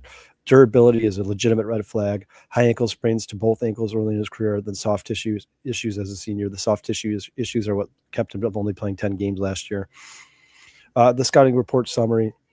Thomas is a pass rush weapon, full stop. That first step explosion with the ability to bend the corner at absurd angles and the violent speed to power conversion are traits that translate directly to Sundays. Watch the 2024 Auburn tape on the fourth quarter sack against South Carolina, and you see a player who can take over a game when it matters most. There's no manufacturing that kind of burst or that kind of competitive fire. He has it or he does not, and Thomas has it in spades. I like this guy. I think he can certainly help a team, especially like the Chicago Bears, who are looking to basically upgrade at every position on the defensive line. The problem with him, like I said, man, is just with those short arms, you never know how the transition in the NFL is going to be. He is punishing. And for a guy who's really not all 6'2", 250 pounds, like he's not a monster by any means necessary, but he plays like one, man. When not only is he good with his ball, like they said, speed transitions to power, he's good when those tackles step back. And on top of that, when he gets to the quarterback, he absolutely punishes him. He's one of every single sack they had in his highlights. Every single one, they were like, "Oh man, the quarterback gets killed, destroyed." A lot of forces fumbles. He's a player that could certainly help the Bears, but I don't like him at the end of the first round. I'll be honest. I did watch his tape, and I thought I loaded it in here. I don't know why it's not. Oops. I do like him a lot, dude. I like him a lot too, man. He's Punisher, like you said, man. Yeah, the only thing about him is you never know how like Sean, you talked about it with Will Campbell. Like a lot of people are like, oh, short arms, who cares? I don't give a shit. He's an absolute stud tackle. But then you get to the NFL and you realize how much those short arms actually impact your playing style. So in college, absolute monster beast. One of my favorite players to watch the tape. I mean, like I said, man, if he hits the quarterback's going to know he's there where he's at for the rest of the game. But I just don't know how that short stature and those short arms are going to translate to the NFL. That's my only problem with him, man. Outside of that, Sean, if he was a couple inches taller and longer arms, that's the guy who was drafted early in the first round. No doubt about it. Well, I'm very interested in this one. with our boy J2K here to see what he feels, because this is absolutely one of my favorite players in this draft. Not because he's a Buckeye, but we talked about him just a little bit ago. Caden Curry. This guy is an absolute monster on the field. I love this kid to death. And again, I do watch a lot of Buckeyes football, so I got to see him a ton. I'm going to throw up some tape on Caden Curry right now. But when it comes 6'3", 260, explosive playmaker, 16 and a half tackles for loss, 11 sacks last year. His strength is setting a hard edge, and that hard edge comes with a powerful bull rush. Curry had big shoes to fill, filling up for 2 top draft picks in JT Telemawala and Jack Sawyer. Filled those shoes. They left for the NFL. What did this kid do? He became the next standout edge defender for the Ohio State Buckeyes. His PFF score of 90.6 ranked 7th among Power 4 edges, and he was only one of 3 players in that group to earn an 85-plus grade at both pass rushing and run defending. He was a special team standout for years, as they stated, 11 sacks in 2025, 18.2% win rate on true pass sets, 8.6% stop rate in 2025. Physical and run support, nonstop motor, team leader, alignment versatility across the line, can play multiple positions. A couple of things. He does lack ideal size, and here comes those arms at 31 inches. It is limited playing time prior to 2025, and minimal sack production before this year. But when he was given the ball, he wound up with 11 sacks, opposed to the previous couple of years where he had 4.5 sacks. When you look at PFF grades, the top 100 players. So I took out of this class where Ruben Bain was number 2 on their list. David Bailey was, I think, number 15. Caden Curry was 34 on PFF's top 100 all players in college football this year. And we're going to talk about Cassius Howell. Cassius Howell came in at 82nd. That just lets you know what this kid did on the football field in 2025. For D lineman with shorter arms, he still has that quick first step to get into the frame of blockers and use his grip and shed the blocks. He plays with a high motor. I love this kid. I would love for him to don the navy and orange and play on the lakefront. Right now, they're saying he's a day 3 selection. Could go in round 3. Man, if he's there for the Chicago Bears, I would love Caden Curry to be a Chicago Bear. Oh, I'm sorry, I didn't take that down. He was one of my favorites, man. I like him a lot. And Sean, you said that he struggled to get sacks early in his college career, but what you're looking for is improvement, right? And the fact that he's getting better is all that matters to me, man. He is all energy. Getting better against really good competition too. I mean, Ohio State doesn't play fluffy teams. No, and we're going to get to safeties coming up. There's a lot of safeties, J2K, that I love in this draft this year. We're going to do those in the next couple of weeks. But I didn't hear. What are your thoughts on Caden Curry there, J2K? Because I know you're all into this. What you got, Jason? All right, next up here, I got Patrick Payton, the Florida State Seminole, transferred to LSU last year in 2025. Really, if you look at his numbers too, wasn't that great. We'll get to that in here in a second for LSU, but had pretty damn good numbers at Florida State. He's devilishly quick for a guy that's 6'6" and 255 pounds, pure muscle, and has the height to support another 5 to 10 pounds if need be, if that's what a team wants from him. His pad level is pretty decent considering his height, but does have a tendency to sometimes have a little difficulty getting those pads low around the bend on the edge, and can sometimes get caught up in a block. Now, what's good about that, if there is a sunny side to it, is he does have a great sense of awareness in play to get his hands up, disrupting passing angles, and more often than not, gets his hand on the ball when sticking them up to block a pass. Very important. That's something that a lot of players don't do in the NFL, in my opinion. His numbers suffered a bit after transferring to over to LSU, but he was asked to do a lot more than simply rush the passer. There were many times LSU's head coach, Brian Kelly, had him taking on double teams and filling in run lanes to help the rest of the line, something he was not asked to do at Florida State. So that's something that, I think character-wise, we talked about that earlier today. I think that's something that maybe some of these coaches and teams are going to be looking at. Where was I here? He needs a lot of work. Maybe not as much work as, let's say, like Austin Booker needed, but still a work in progress nonetheless. But he's willing to do it. I will say that I think the year he had at LSU should give him a leg up against any other young DEs being drafted this year because of his willingness to do something different out of his comfort zone. And ultimately, he's a guy with a pretty average NFL floor, so not a very low floor. But if he learns to strengthen his pad level and leveraging techniques, he can have a very, very high ceiling. I know some DL coaches and DCs are going to be chomping at the bit to get this kid in there just because they feel that they could probably do whatever they want. Whatever they're going to ask him, this kid's going to say, yep, yes, sir. He's really a hard worker and doesn't complain when asked to do any of those things out of his comfort zone. Usually a recipe for success in the NFL. So I don't expect him to go very, early in the draft, probably a day 3 prospect, maybe later, but this kid is just something. I think he's special, and I think teams are going to love him. And I think his effort will translate better than his skill level in the NFL. I like him. Yeah. Yeah. So, go ahead. No, I was just gonna say, man, there's so many good. I personally think. And it's like you're watching these guys, and even if they're not world beaters, right? Even if they're not the best guy in the class, all the guys we've talked about, I think, could help the Bears in some way, shape, or form. Yeah. And I think they're all going to be damn good players in the NFL. It's almost like I would not want to be Dennis Allen and Ryan Poles if you're trying to figure out which defensive end you want when you're picking at 25 or even in the second round, because there's going to be a ton of guys left, a ton of guys available, and you're going to have to nail it. You're going to have to pick the one that you think fits your scheme the most. And I think all of these guys have a lot of strengths. And Kyle, I was going to say too, when you start looking at this draft, when you're looking at linebacker, D tackle opposed to safety, the Bears in free agency could spend some money on, say, a guy who ended the Bears season in Cam Curl, who's going to be a free agent, opposed to all the money that they already have tied up in Deo and Montez Sweat. So drafting these guys and getting them on lower contracts should be the way the Bears go at these 3 positions, opposed to maybe signing a safety and paying them a little bit more money. Although there's a lot of money in the Bears defensive secondary right now too, with Jalen Johnson and Kyler Gordon. So it's going to be very interesting. And Cam Curl's a good player, but man, he had a rough NFC Championship game. I was just using him. I heard his name as a free agent. I was just using him.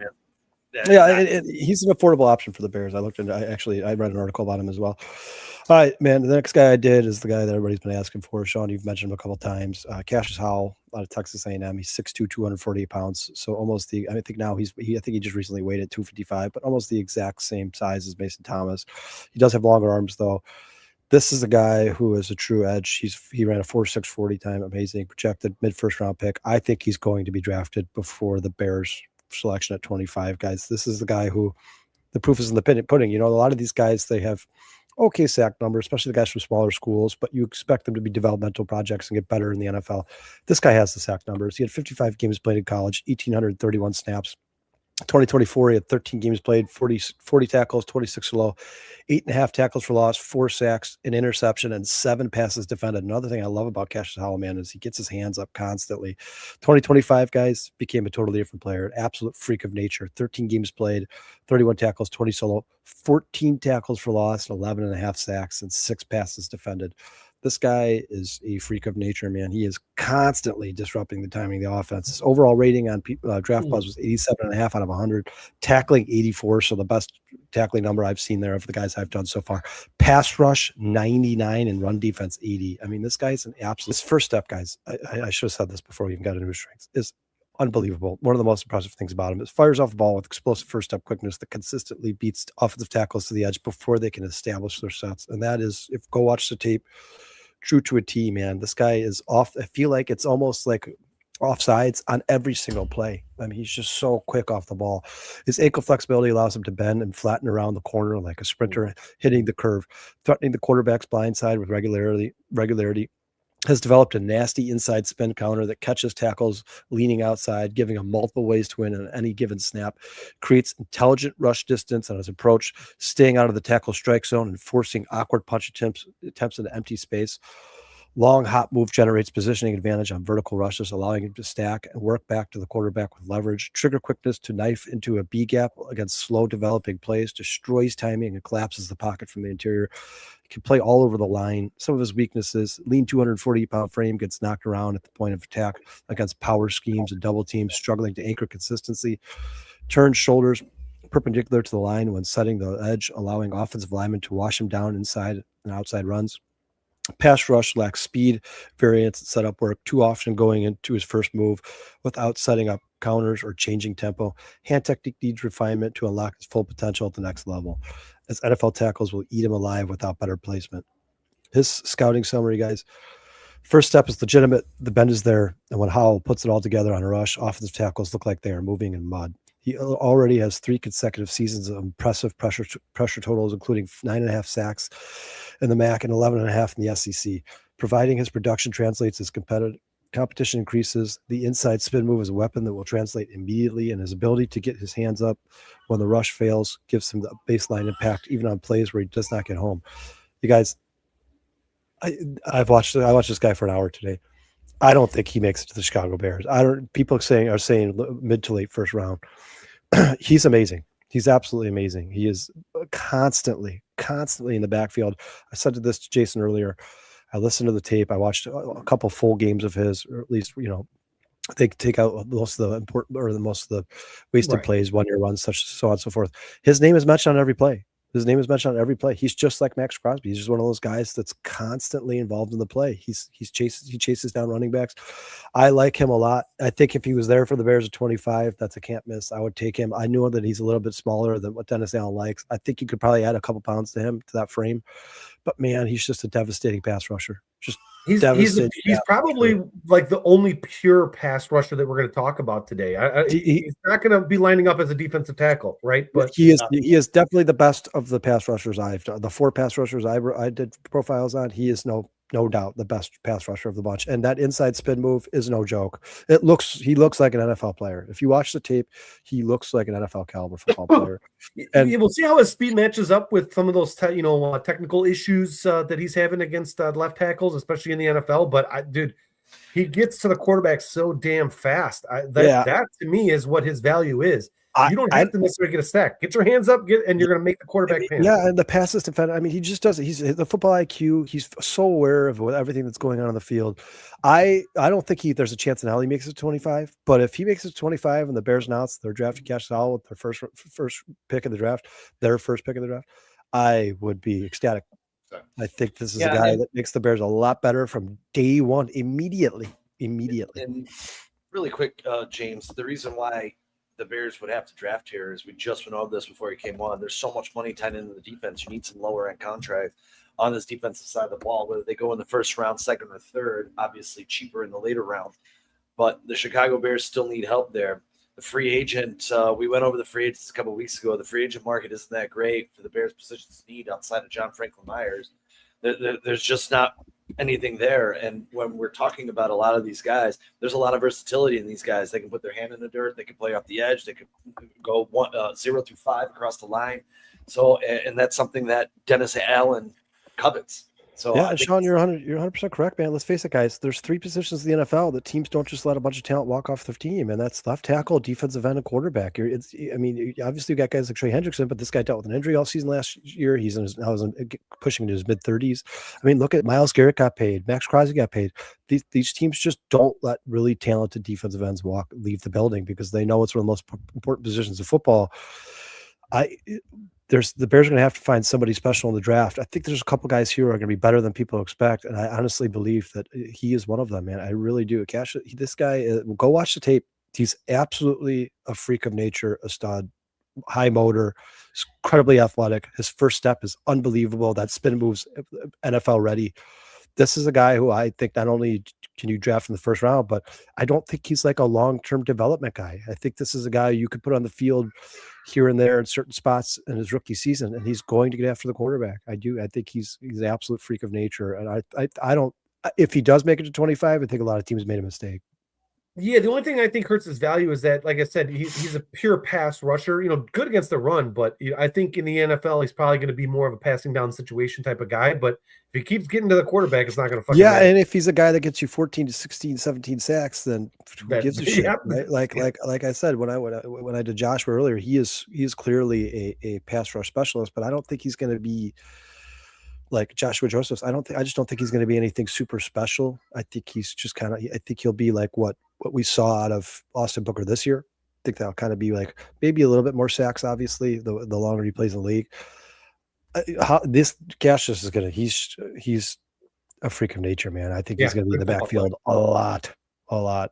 He's go watch the tape, guys. If you haven't had the chance, go watch the tape. So Romy asks, the Bears trade up for Howell. I mean, No. here's another thing about the Bears. Another thing about the Bears is they've traded back almost every single draft. So I can never project that the Bears are ever going to trade up. We just haven't seen it. I mean, they'll do it like if it's a couple spots in the third round, maybe. But when you're talking about the first and second round, the Bears just don't trade up. Ryan Polt, that's just not his thing, man. Even when they traded back one spot to give the Eagles Jalen Carter to get a fourth round pick, like they just don't. The Bears aren't a team that trades up a ton. I think the Bears, knowing they're going to have to pay Caleb Williams, want to build this team to the draft so that they have all these guys on cheap contracts. I think that's exactly what they're doing, and I think that's how you win that's how you have sustained success in the NFL.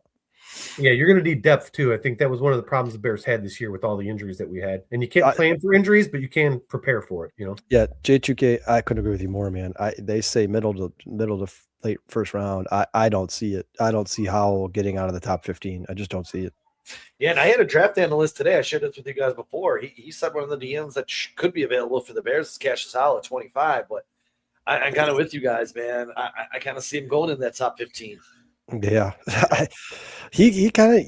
I think he's going to be like the Jared Verse this draft. Like he'll get drafted 12, 13, 14, 15, 16, somewhere in there, and then the teams that picked in front of the team that drafts him are going to be like, I probably should have gone with Howell in this draft. Probably should. I mean, you guys, how many teams now today wish they would have drafted Jared Verse? All of them. Right? There's a good chance Jared Verse was the best player in that draft, and I think if people pass on Howell, they'll be making the same mistake. Just go watch the tape. Yeah, and James says Howell's not a 4-3 defensive end. He's not a Dennis Allen prospect. I think he's just an athlete, man, and he'll succeed wherever you put him, man. Go watch James. I'm sure you watched the tape, but he's just a freak of nature. I agree with you, J2K, too. He's going to skyrocket after the combine and pro day. I agree. And Kyle, you're talking about underrated players. I got another one here. I think someone mentioned his name in the chat just a little bit ago.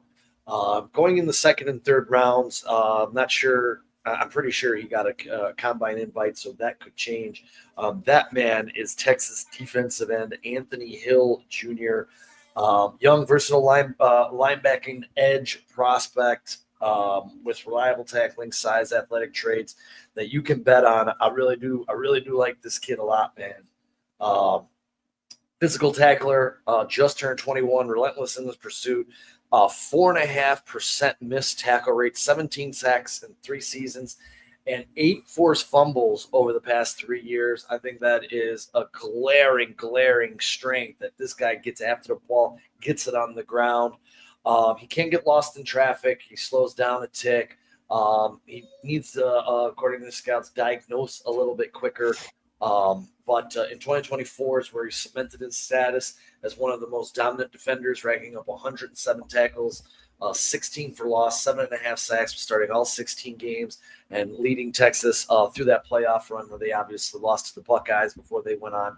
But he brings that rare combination of downhill thumping, sideline to sideline range. It'll translate immediately to the next level. They project him more as a linebacker. I know we're doing edges, so we can kind of do them both. Sean, he was lined up at linebacker at every single one of those snaps they just showed. Yeah, I actually think I jumped the gun because he is in my linebacker page. But, oh well. We like Anthony Hill Jr., and if the Bears ended up with him, Jason, for you, I don't think he's a first-round pick, though. Not yet, anyways. But the kid definitely knows how to get after it, and I really like Anthony. Yeah, he looked really good, man. If they just try to draft him as a linebacker, I'll take it. Oh, yeah, absolutely. I think if they don't draft down or trade down, I honestly think they're probably going to go linebacker. I just have this sneaking suspicion at 25 that's what they're going to do.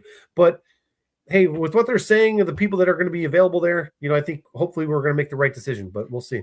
Has anybody looked at, just out of curiosity, have either guys ever looked at all Dennis Allen's drafts and see who he kind of prefers in the first round? Oh, you know what? I haven't. That's actually a very good thing. I can't believe I haven't either. I should have. Yeah, I haven't either. I wonder what Dennis Allen has drafted most often. Well, we've always heard he likes versatile players that can play multiple positions. Yeah, that's Shamar Turner. That's Shamar Turner. That's exactly, and that's why I think when we're looking at these edges, we should be more zoning in on the guys that put their hand in the dirt, not only come off. Yeah, I agree, and I think Howell, and not to go back to that, but I think you could put him all over the place, man. I think you could put him wherever the hell you want him. Honestly, he needs maybe a little bit more size to be lining up. You know, and I think a lot of these guys, if they're going to play with Dennis Allen, they have to gain weight. I think almost any of the guys we've talked about, if Dennis Allen drafts them, the first thing he's going to do is say you got to gain 5, 6, 7, 8 pounds. Mikey says, "Cut Edmonds. There's a chance we draft a linebacker at 25." I mean, that is by far not even close, guys. The most probable cut candidate. I mean, this guy saves you $16 million, and you're only eating what a 1.8 dead cap. And to be honest with you guys, I like Edmonds. I just don't think he's special. So I think we can find a replacement level player, no problem. Yeah, in the draft or in free agency, and cheaper. I think DeMarco Jackson played almost just as good as he did, and he's making league minimum. Yeah, DeMarco Jackson was a stud for the Bears last year. Yeah, 100%. Yeah, he stepped up when we needed him the most. So God bless that guy. All right, Jay. My next two guys are probably the favorites that I had out of the guys that I was looking at here. This next guy here is one of the smaller edge rushers in this year's deep defensive end class. It's Michigan Wolverine Derek Moore. He spent most, if not, I think actually all of his entire college career in Ann Arbor, and I'm pretty sure it's because they love this kid as much as I do. He runs a 4.65 40. I think he is 6'3", so a little bit shorter, but 260 pounds, so about the weight that you would want if you're Dennis Allen. I think he's got enough weight too to play defensive tackle. The other thing is here, I'm surprised how quick he is off the line. To be perfectly honest with you, the only guy I thought of that was quicker off the line was Cassius Howell. His initial burst though is like I said, second to maybe only Cassius Howell, but they're right there. He's got quick penetration that gives opposing offensive lines and QBs absolute panic fits. He lines up on the edge and at times on the interior of the defensive line because of that size. And honestly, he's equally as good at both positions. He's a little small height-wise and maybe weight-wise to play defensive tackle on the regs, but he's got more than enough strength and skill to pull it off. I can see him being used as a weapon against like weaker NFL offensive interior lines. If you're playing a team, you're going to move him all around and watch him just cause havoc, because I don't think some of these lesser offensive lines are going to really know how to handle him. He only had 5 games in 2025 without a sack. He had a phenomenal 3-game stretch from mid-October to early November against Washington, Michigan State, and Purdue. He had 2 sacks apiece against all 3 and combined for 12 total tackles along with 2 forced fumbles. This kid may be my favorite in this class, to be perfectly honest with you. It's not his size, but it's his motor and relentless pursuit that gets me excited to see this kid wearing the, as Sean would say, navy and blue. I'm sorry, navy and orange. Yeah, man. And really quick, Kyle, J2K was just nice enough to send me a shout out here. And some of the players drafted by Dennis Allen, Von Miller, some names that we would know: Raheem Moore, Quentin Carter, Jeremy Beal, Mike Burris, Jack Crawford. Don't know them too much. DJ Hayden, do know him. David Bass, Khalil Mack, Justin Ellis. I'm just looking at some D tackles and DNs. Shelby Harris. A lot of these names on this list are not jumping off. I mean, like maybe he did draft Sheldon Rankins, who's a pretty damn good player. Oh, Khalil Mack's certainly a good player. Well, Von Miller, Khalil Mack, yeah. I mean, Marshawn Lattimore, Trey Hendrickson out of Florida. Oh, there you go. Now you're getting into some. Alex Anzalone, who we know is a menace in the NFC North. He drafted a well-known Chicago Bear after this year's C.J. Gardner-Johnson. Zach Bond is another one. Really good player. Pete Yeah, Werner. I like the last 10 names you've named, man. It gave me a lot more confidence than the first 8 names. It's hard to say though, because you don't know how Here. much of that is like player, know- like GM, and not him. You know what I Well, mean? like this too. Alante Taylor and one guy we just said we'd like to see the Bears re-sign, DeMarco Jackson. Yeah. So Kool-Aid, he drafted Kool-Aid McKinstry. So yeah, he's got some decent names on here. And you know, when you look at some of these players, they do move around the line. So thanks for that, J2K. Appreciate that, man. Yeah, J2K, awesome, man. Badass. Still, J2K, you got to come on here and do one of these shows with us, brother. Yeah, absolutely. I don't know what we're gonna do. Linebacker, safeties. I don't know, something next week. Yeah, and then Romy says he also drafted Chris Olave, Trevor Penning, Talise Raga. Yeah, so, I mean, good track record for Dennis Allen. And he's certainly, I think he's gotten better as the years have gone on. Some amazing names on that list, but I don't know. It's for once, guys. I'm not going to sit here. I'm not going to lie. It's almost like last year. I have no idea where the Bears are going. Yeah, me either. Last year we thought the running back class was like second to none, right? And really, it wasn't. And you expect you were like, oh, left tackle in the first round, maybe running back in the first round, and running back was other than the kid from New York was Kyle Monungai. I mean, who would have called that? Well, Amari Hampton was the stud. He just missed most of the season with an injury, and then I think Travion Henderson. I think his path is going to get. Travion Henderson's going to be high on my list in fantasy next year. I think he's going to be a home run hitter. I'm with you, Kyle. I don't think this running back class from last year. The only one that concerns me, Sean, is Caleb Johnson, because to get almost no playing time at all is weird. I think Caleb Johnson. Now that there's a new staff there, I think he's going to get a fair shot. Hopefully, an offensive coach. Hey, and that'll be a big miss by me, man, because I was really big on that kid, and I like Caleb Johnson. He got a couple runs here and there. He looked pretty crooked. But I still think, I mean, when you look at Woody Marks from last year, he turned out. Hampton turned out. Judkins looked okay. Travion Henderson looked okay at times. Jaden Blue really didn't get a lot of playing time this year, but when he did, he looked explosive. The kid that the Chiefs drafted, the former wide receiver that they turned into a running back, I can't remember his name, Bashard Smith. He looked decent at times. So yeah, I think we expected, 5-star running back. Sean, you forgot your boy. Look at the guy on your jacket, the guy from Kansas. Oh, Devin Neal. Devin Neal actually, before he got hurt, was looking pretty good in New Orleans, man. He was like fantasy relevant, dude. Yeah, he was looking pretty good in New Orleans, and he got banged up. After Kamara got hurt. Yeah. he had the same injury as Max Crosby. Yeah. That was my favorite thing about Max Crosby, by the way, off subject, was when they put him on the injured reserve and said he was hurt and couldn't play the rest of the year. He was jamming basketball. He put up the basketball video. I was like, dude, this guy's awesome. Oh, then right after the season ended, I think he took him down. Did you guys see he posted a picture of like a grizzly bear and then a teddy bear? Yeah, like all these different bear pictures, but without saying like Chicago Bears.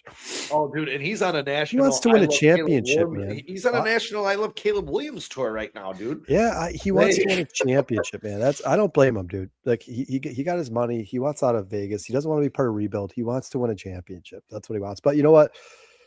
Clint Kubiak said yesterday, Max Crosby ain't going anywhere if I have anything to say about it. So we'll see how that situation plays out. I got one more guy, guys, and James. Okay. You keep talking about DA and it has to be a certain size for everyone. This is a guy I love, and I think this is a guy that Dennis Allen would love to have on the Chicago Bears. I also think he's projected in first round, but I think this is a guy that could easily fall to 25. Keldrick Falk, 6'6", 285 pounds out of Auburn. Defensive end edge, 4.7, 440 times, a little bit slower than the rest of the guys I've talked about. Projected mid to late first or mid round to late first round. 37 games played, 1,588 collegiate snaps. 2024 statistics, 12 games played, 45 tackles, 29 solo, 11 tackles for loss, and 7 sacks. He actually had a better season in 2024 than he did in 2025. Same amount of games played, 12, 29 tackles, 23 solo, 5 tackles for loss, and 2 sacks. But I looked into that, guys, and they were kind of asking him to do a little bit different things in 2025 than 2024. But this is a guy who I honestly, truly believe, like you guys have been talking about, Dennis Allen wants versatile. He wants versatility. I think this guy can do anything you ask him to do, man. If you watch his tape, he's inside constantly. He does a ton of stunts. He's lining up inside, technique. He plays defensive end. He's a big guy, really big guy, and he has the motor of a Max Crosby. His overall rating on Draft Boss, 88.4 out of 100. Tackling 80, pass rush 76, run defense 97. So there's your guy, James. There's your guy who plays defensive end and can also stop the run so he could play more nickel packages. You gotta love his compare- patience, dude, on some of these plays here. He's a good player.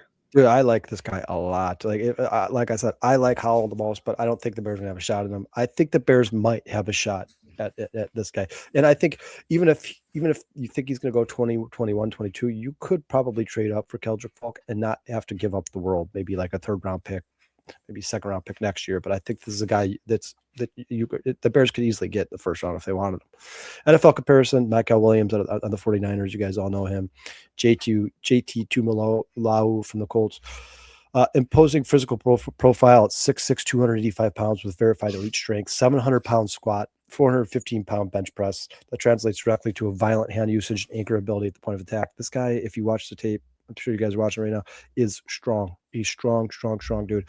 Run defense is already NFL caliber, as evidenced by his 62 run stops, leading all FBS edge defenders over these 3 seasons, consistently dominating at the point of attack, regardless of schema alignment.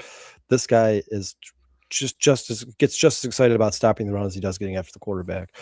Sets stout edge against power concepts and shows rare 2-gap potential for the edge player, holding his ground while possessing the strength to stack, shed, and pursue laterally. Alignment versatility allows defensive coordinators to deploy him from 5 technique, 4, 3 technique, or even standing up on the edge, creating pre-snap confusion and matchup advantages. So this is a guy who sounds like it'd be right up Dennis Allen's alley. Like, this is the guy he wants. Long arms stab has become a legitimate weapon that maximizes his reach advantage, creating separation before offensive tackles can establish chest-to-chest contact and control the rep. Relentless motor. That's what I said, man. This guy reminds me of Max Crosby if you watch him. Relentless motor from snap to whistle shows up in cleanup sacks and effort plays, particularly in the fourth quarter when opposing linemen begin to wear down from his constant physicality. Sean, you remember you showing Kenneth Grant's tape last year, chasing down that running back like 30 yards downfield? I think it was, I don't know if it was Baylor or BYU. He played a running back. He played a team this year, and he catches him like 40 yards downfield. I mean, and this guy is an absolutely massive man, and he can run. He can run in open space, straight line speed. This guy can run. He's fast. First quick, some of his weaknesses. First step quickness off the snap is inconsistent, particularly when reading run pass keys, and quality tackles can gain early position advantage before Falk gets his feet moving downhill. Bend and arc speak around the corner, grade below average for his peer group, limiting his ability to threaten the outside track and turn corners against athletic NFL tackles. And pass rush plans lacks reliable counters when his initial move stalls, leaving him stuck on blocks without a second or third option to disengage or create late pressure. Hand placement can also be an issue at times and needs refinement. His scouting summary: the tape of Falk tells you 2 very different stories depending on which side of the ball is on focus. In run defense, this is one of the most completed and punishing edge defenders to come through the SEC in recent memory. That kind of dominance against the run is not a fluke. He plays with a level of physicality and technique against the ground game that will translate from day one to the NFL. And there is no defensive coordinator in the league who would not benefit from plugging him into early down rotations immediately. The floor is as high as quality starter who makes the entire front 7 better by controlling his gaps and forcing offenses to account for him on every play and design. The pass rush ceiling is where the conversation gets complicated, and honestly, where the film demands some patience from evaluators. His 2025 numbers dropped hard from previous year, but a lot of that was Auburn sliding him inside on nearly a third of every pass rush snap, a role that choked off his most effective rush angles. Yeah, that's what I talked about when I first started talking about him, guys. People, when you read all the draft scout combines, people keep talking about his sack numbers went down. But if you watch the tape, they started moving him inside a lot in his senior year. I mean, he basically became their 3 technique because I think he was probably their best option there. And as a defensive end, I think he's going to be one of the best run stoppers in the NFL. Here's the problem with Falk. I love him. And if he got drafted by the Bears, I would be ecstatic. Problem with Falk is if he doesn't develop a better pass rush, you're now pairing Montez Sweat with Montez Sweat. That's the problem with Falk. He's a guy who, listen, amazing player. I think he'll make the entire line better. Like they said, he could play almost any position on the line. But how long have Bears fans been complaining that as good as a player Sweat is, as good as Booker's development looks, we need more sacks. We need more sacks. We need more sacks. I just don't know if this is the guy who's ever going to get you 15, 16, 17 sacks in a season. I don't think he's that guy. I think he's a guy who just does everything really, really well. Probably a guy like Montez Sweat, 9, 10, 11, 12 sacks, and also is one of the best run defenders at defensive end in the entire league. I would love to have him on the Bears. I think you're replacing Sweat with a much younger and more athletic Sweat. But if you're looking for the Bears to improve their pass rush and get more sacks and climb out of that middle of the pack and stop getting the same 30 to 40 sacks they have for the last 3 seasons, this is probably not the guy who's going to fix that immediately. Now, if you could sign a guy like Trey Hendrickson to bring in here solely to get sacks and then add this guy to the opposite side of the line to give Montez Sweat some time off, I think he's going to be a fucking stud. A stud. He looks amazing on tape. Dude, very his explosive, tape very is strong. I almost couldn't get enough of it. I was like, Yeah, I want to keep watching this guy. He's so awesome. And if you watch him, not only is he the motor of Max Crosby, but Sean, his body movement kind of mimics Max Crosby. Like the way he moves around, like when they do stunts inside. He's got a great bend too, yeah. Yeah, Crosby's very patient, but he looks like he shot out of a cannon sometimes. He looks the exact same to me, man. Yeah, I think Falk. If the Bears ran him at 25, anybody who would be disappointed about that, I just don't think you've watched enough of State, man. He's a freak. He's a freak. And I'm there with you, J2K. 25 might be a sweet spot for one of these DTs, because a lot of these edge rushers, like a Caden Curry, just as an example, you can grab in the third round and maybe turn into something, and we'll see what happens with the combine coming up here in just a couple of days. Wait a second. 2 weeks. Stop everything, Sean. What happened? I got a bone to pick. Did the Cubs sign Zach Gallen? No, I got a bone to pick. J2K said, Brandon. Ah! That's my issue with 5T. Take the chats off. Show our names. God damn it. I saw that. I wasn't going to say anything. They do look a lot alike, though, don't they? It's weird. They look a lot alike. I'm just messing with you, J2K. I don't care. It's happened to me my entire life. I'm not worried about it. But yeah, I mean, J2K, I'm not disagreeing with you. Like I said, I don't know if he fits the Bears' needs, but he's going to be a damn good player in the NFL. I'll tell you that right now. Watch the tape. He's going to be a damn good player in the NFL. I just don't know. Like you said, we've talked so often about how the Bears need to address the pass rush. I don't think he comes in here and fixes the pass rush for you immediately. I think he's the guy that makes your team better, just maybe not in the way you want it. Well, Jay, you have a couple more, right? I got one more. One more? All right. I'm gonna do a guy. They're labeling him top 75, but his weaknesses are a little bit of a concern. And there's a lot of players coming off of this defense into the NFL draft.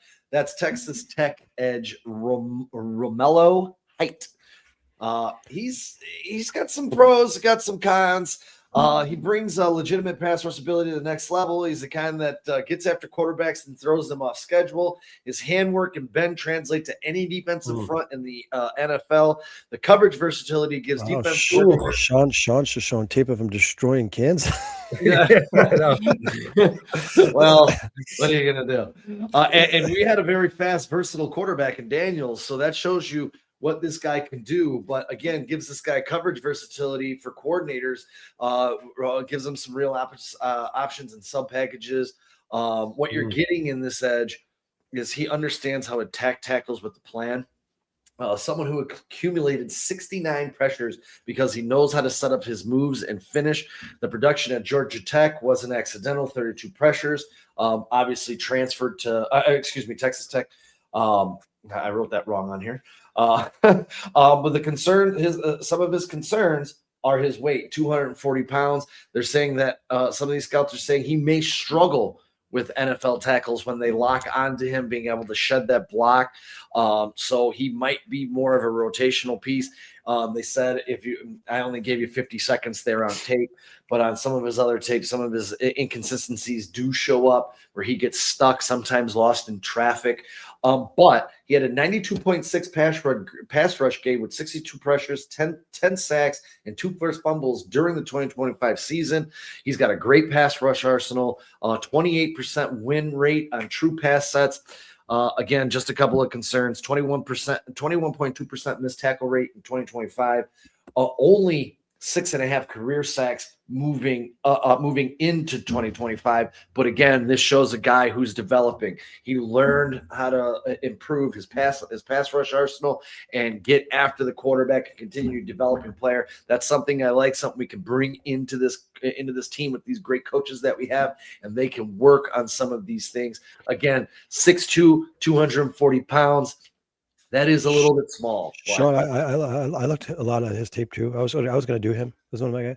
He to me he would be a really good. He might be like an outside linebacker, defensive end hybrid kind of guy. And Yeah. he does get bullied a lot, man. He's small. He looks small.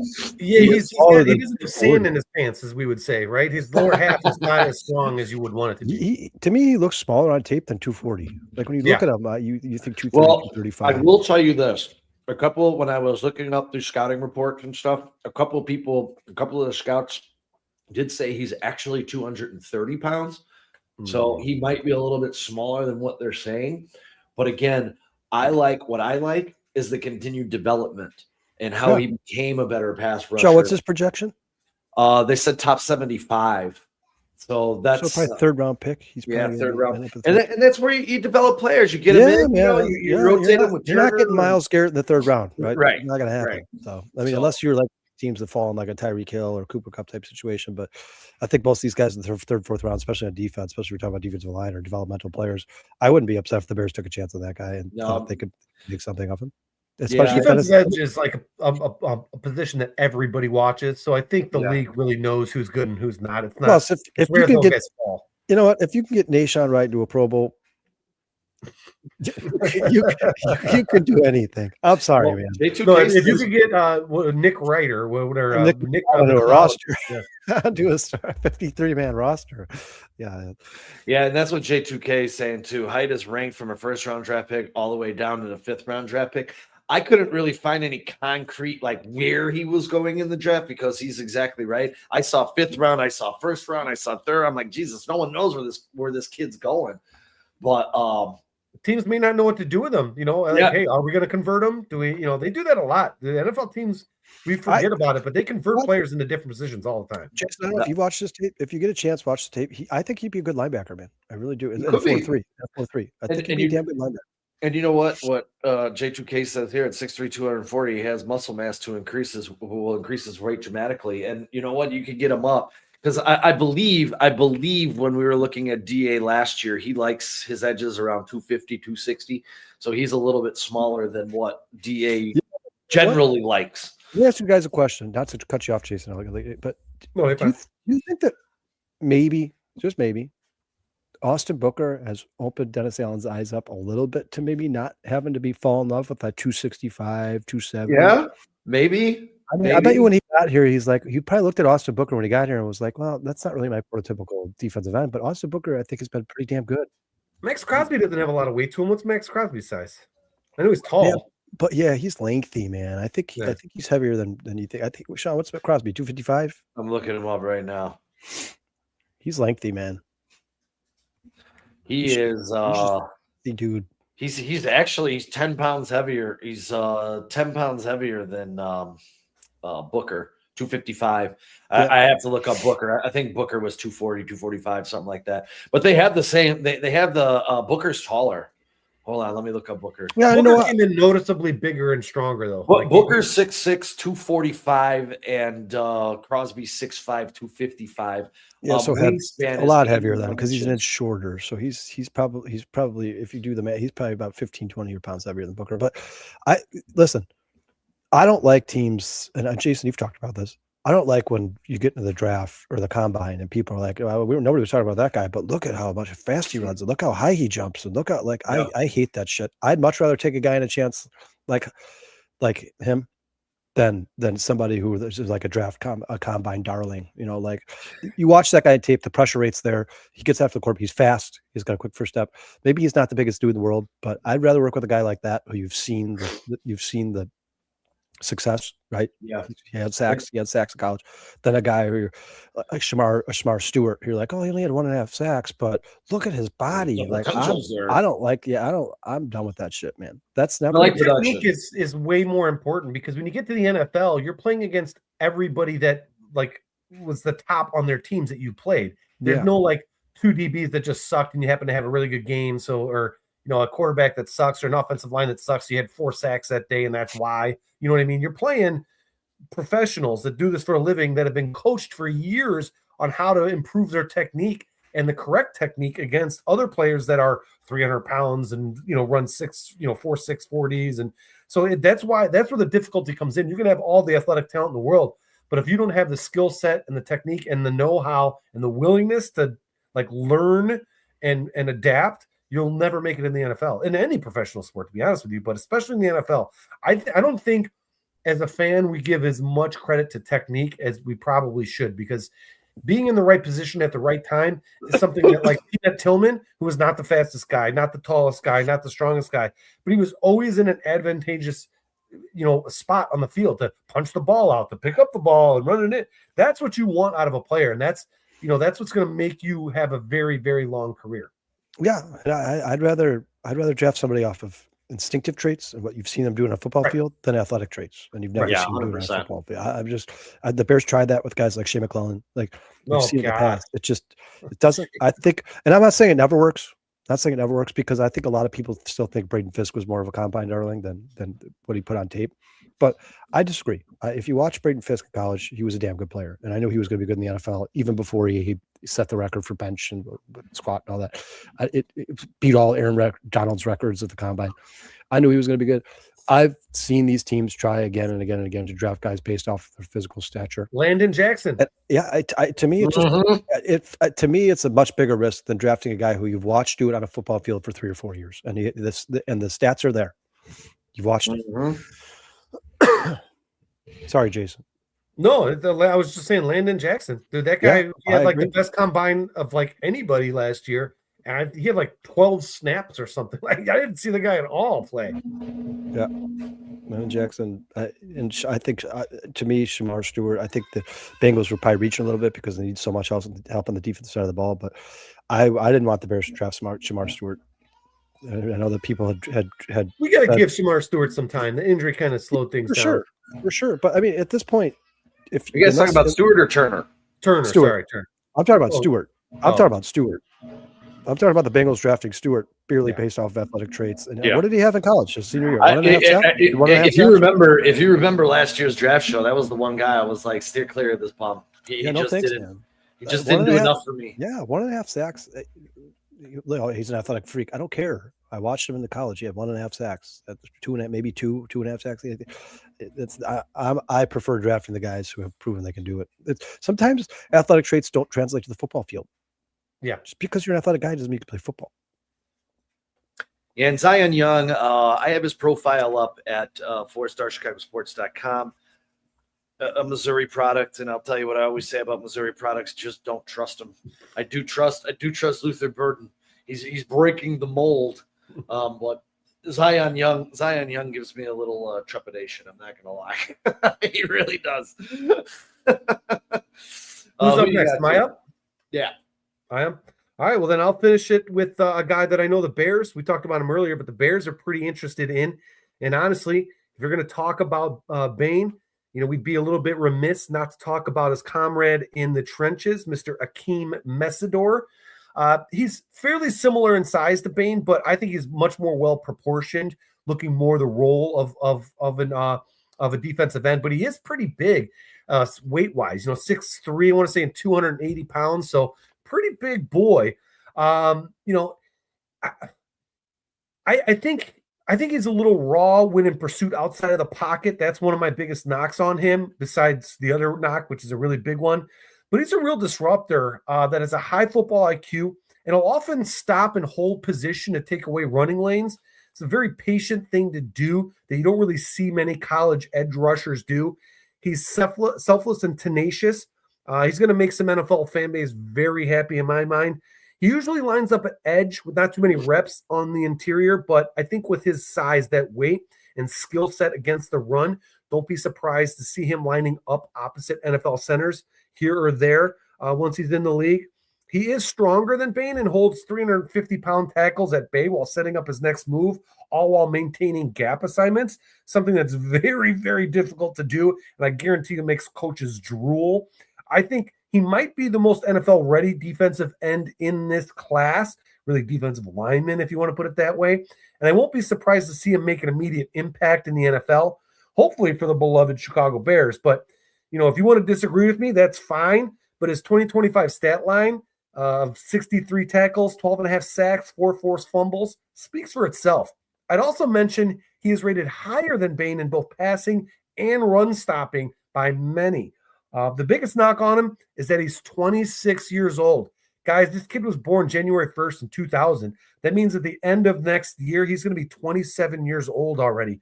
So not sure how long of a career this kid is going to have. Honestly, what scares me about that is when you talk about age and guys that are like 26 years old is one Velus Jones Jr. And we tried that prime, experiment. Jason. What's that? Prime. This is his prime, man. They say defensive linemen are in their prime from 26 to 32, man. And that's great. If we get him, we're probably just not going to sign him to a second contract. That's all I'm saying. He is a grown-ass man, though, to have on the team. And I think, honestly, this age thing is probably something we're going to see more often than not now that these players are getting paid at the college level. Some of these players are going to elect. We were just talking about it. One of the other guys I wanted to write, he actually didn't declare for the draft and decided to stay. So we're going to start seeing these players get a little bit older and older and older, especially at some of these really big-time skill positions where they can make a little bit more money in college. But I'll tell you what, I think his experience, I think his traits, and obviously his stats, he's probably, honestly, the most ready-to-go guy in the draft. I don't think he needs very much coaching. Like I said, he's selfless. He's a big dude. He might be a guy that actually, we're talking about guys adding weight. This might be a guy that they may ask to shed a couple of pounds, just to keep his motor high and keep him in the game, because really at 65 tackles, he's already playing a lot. So I don't know how much more that body can take the punishment, but man, he's a really good player. The only thing I would really say is just that age scares me a little. Yeah.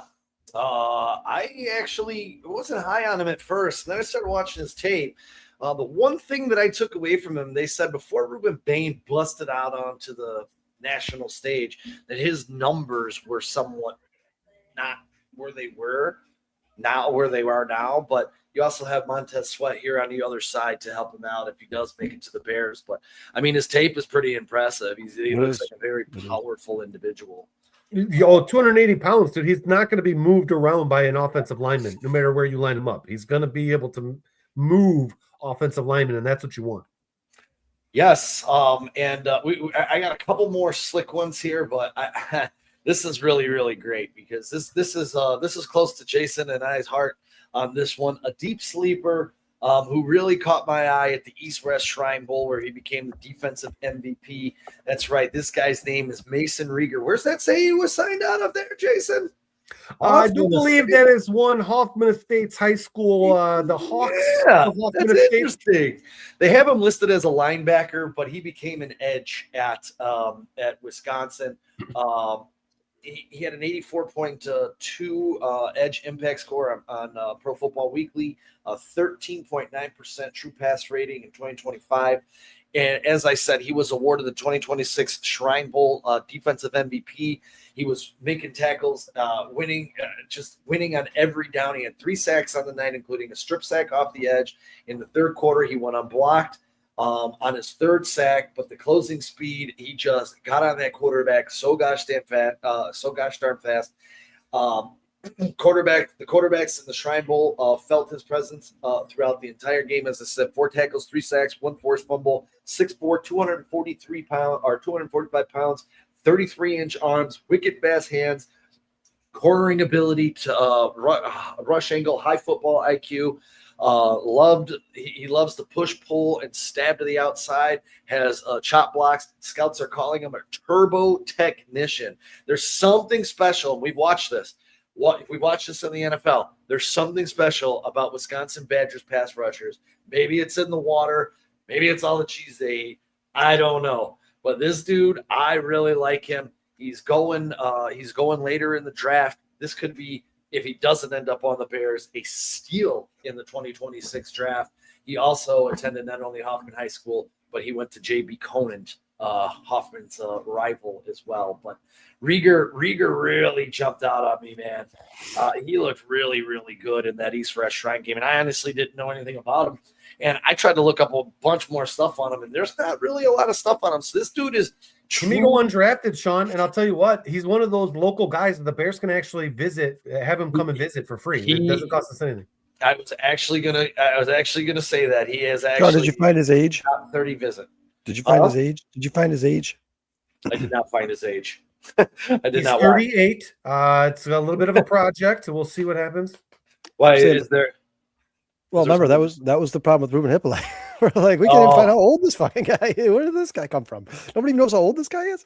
But Yeah, I don't think he's that. I don't think. I'd have to look that up. I'm not really concerned about his age. I'm just saying, like, the No, I fact that probably they should have. couldn't find Hippolyte's age was concerning. Like, you guys, we don't even know. You guys couldn't even. There's not even a stat. There's nothing online that tells you how old he is. Like, this guy sucks. Yeah, that was brutal last year, man. That truly was, dude. And hopefully we're not playing the smartest man in the room this year when we get into this draft. Another guy flying under the radar, Cameron Robinson, edge, 6'4", 250 pounds, out of SMU. Right now, they're saying he's a 7th round draft pick, recorded 52 tackles last year, 27 solo, tallied 10 tackles for loss, and notched 5 sacks. So another guy flying under the radar, a late round draft pick that if his name comes off the board, hey, 4-star Chicago Sports told you about him. Take a look at this kid. Don't know if he fits the system. Again, when you Google him and you look for him, not a lot of tape on this kid. Another kid flying under the radar just a little bit is Malachi Lawrence. He might not be flying under the radar that much, actually. This guy is a deep bag of pass rush moves, man. He was a huge riser also in the East-West Shrine game. That's kind of where I kind of started looking at him a little bit. Again, a little bit of an undersized guy at 247 pounds, but he fits the mold of an Austin Booker. 33.5-inch arms, power to pop tackles upward. This guy is good. He had 19.5 sacks in the Big 12 over the past 3 seasons. So another guy to keep your eye on here in this draft. And then, of course, someone brought him up as a perfect fit for Dennis Allen's system, and that's Danny Dennis Sutton, the Penn State edge. Just another guy.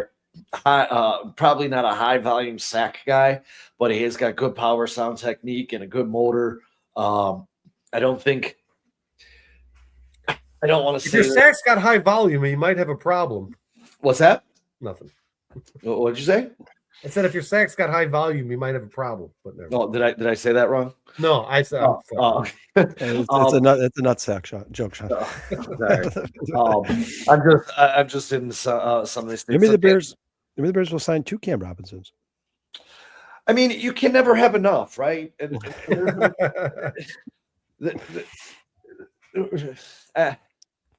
I don't know. Maybe have we a wanted Cam, the other sweat to come in, and we'd have 2 sweats. On yeah, the, you have edge Cam here. Robinson at left tackle, Cam Robinson at defensive end. It's all over the place. And as I said, and I wish, and if there's one guy I wish the Bears would trade up for, it's still Sonny Styles. By far, my favorite player in this draft. He's going to go so gosh darn early that the Bears would have to give up way too much to get him, man. But I'm really going to enjoy watching him in the NFL next year. He's changing somebody's defense from day one in this draft. And I'm starting to see a lot of people say he's their favorite player in the draft, which shouldn't be a surprise to anyone because he is so gosh darn good at football, man. He really, really is, dude. I wish the Bears could find a guy like him and put him on the defense immediately. I don't think if you get a Sonny Styles, I think he makes up for a lot of deficiencies on your defense because he can do a lot. Well, yeah, but if we can hit our defensive picks this year like we hit our offensive picks last year, I think we're going to be just. Yeah. And again, That's a deep draft too.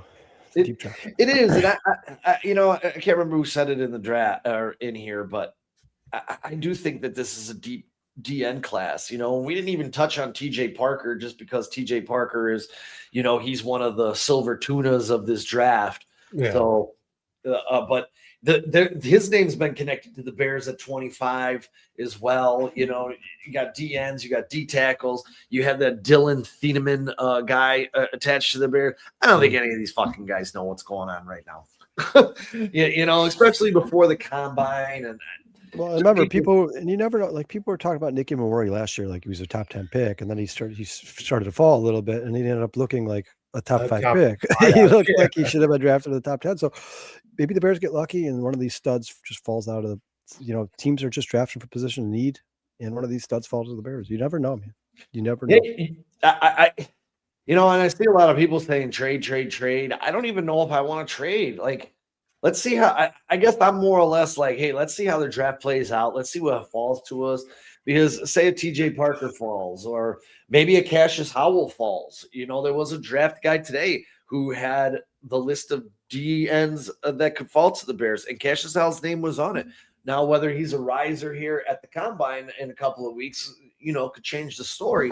So, who knows? I mean, I would love Cassius Howell on the Bears. I mean, I just want a guy who gets after the quarterback, and the offensive coordinator has to game plan for, and that's something that the Bears haven't had and don't have.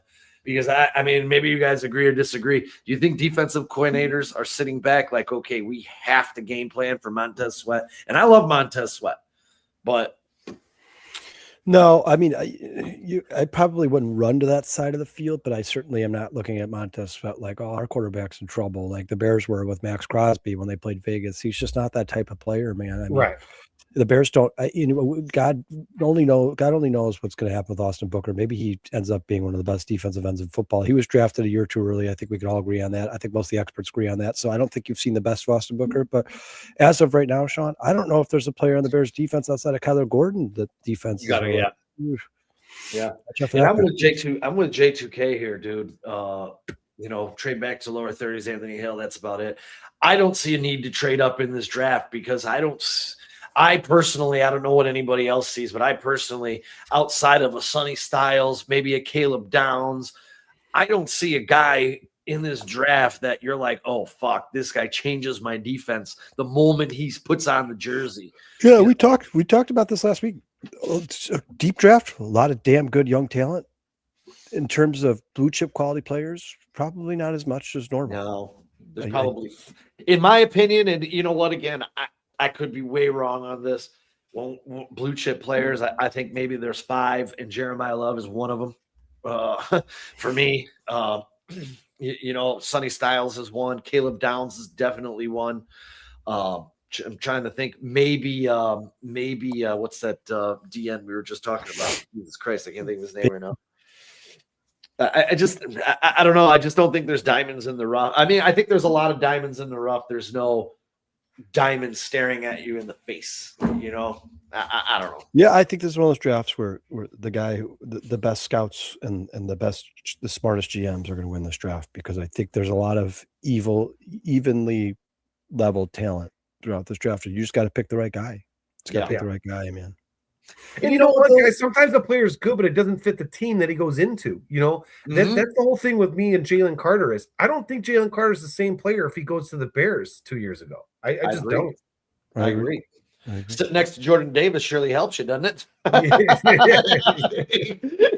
You get a space eater. I would love for the Bears to draft a space eater or sign a space eater, but I did see Clay Harbor today. And we went over this a couple of weeks ago, but Clay Harbor's number one free agent signing was 2 guys that we covered a couple of weeks ago. It was Odafe and John Franklin Myers. Yep. Yeah, he was like, these 2 guys changed the Bears defense immediately. And now if you go after those guys, again, you're going to be paying them good money. You got a lot of money in Jarrett. You got a lot of money in Deo. And I do think that Grady Jarrett is one of those guys who, hey, I want to get a ring before I retire from the NFL. Let's restructure. Well, I still think he was a heartbeat. Yeah. Well, I still think he offers a lot in terms of even the I agree. Off-field leadership. I'll tell you this, guys. The Bears have won the offseason about 3 years in a row now because they made a lot of moves. If the Bears somehow traded for Max Crosby and signed John Franklin Myers, that to me, you're a Super Bowl contender. Oh God! Oh yeah!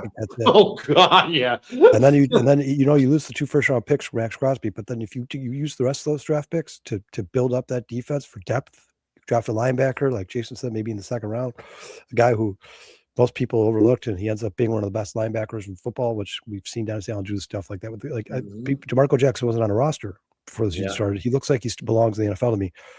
You add those 2. You add 2 studs to that defensive line. I think the secondary looks much better, and I'm telling you, I think the Bears are immediately Super Bowl contenders. The only thing that concerns me is with the injury to TJ Edwards, you got to address the linebacker situation at some point. You have to. How long is he going to be out for? Is he going to miss the start of the year? No, they're saying he's probably going to miss training camp. So he should be good, but yeah, he's probably going to miss training camp, but he should be ready for week 1. But even still, I mean, is TJ Edwards I mean, probably not as good as he was 2 or 3 years ago when the Bears first. No, getting a little long in the tooth. I would love for the Bears to find a stud linebacker in this draft. You know, we're going to go. It's weird. It's weird. It's weird as Bears fans to be talking about how bad we need a linebacker because I'm just not used to it. I spent most of my life. As I look at my wall of fame, the right side is all linebackers from our history. Yeah, I spent most of my Chicago Bears fandom knowing we're not going to win a Super Bowl, but at least I could watch Brian Urlacher and Lance Briggs run around for 3 hours. Singletary, Wilbur Marshall. I mean, the list goes on and on when you come to that position. I mean, and whether you like him or not, Roquan was a damn good player when he was in Chicago. He was a damn good player. I don't have as much hate as a lot of other people do for Tremaine Edmonds, dude. I thought he was having an all-pro season until he got hurt. I don't hate no love for Barry Minter or Hunter Hillenmeyer. Oh, I love Hunter Hillenmeyer, dude. I loved Hunter Hillenmeyer until he went to the team he went to.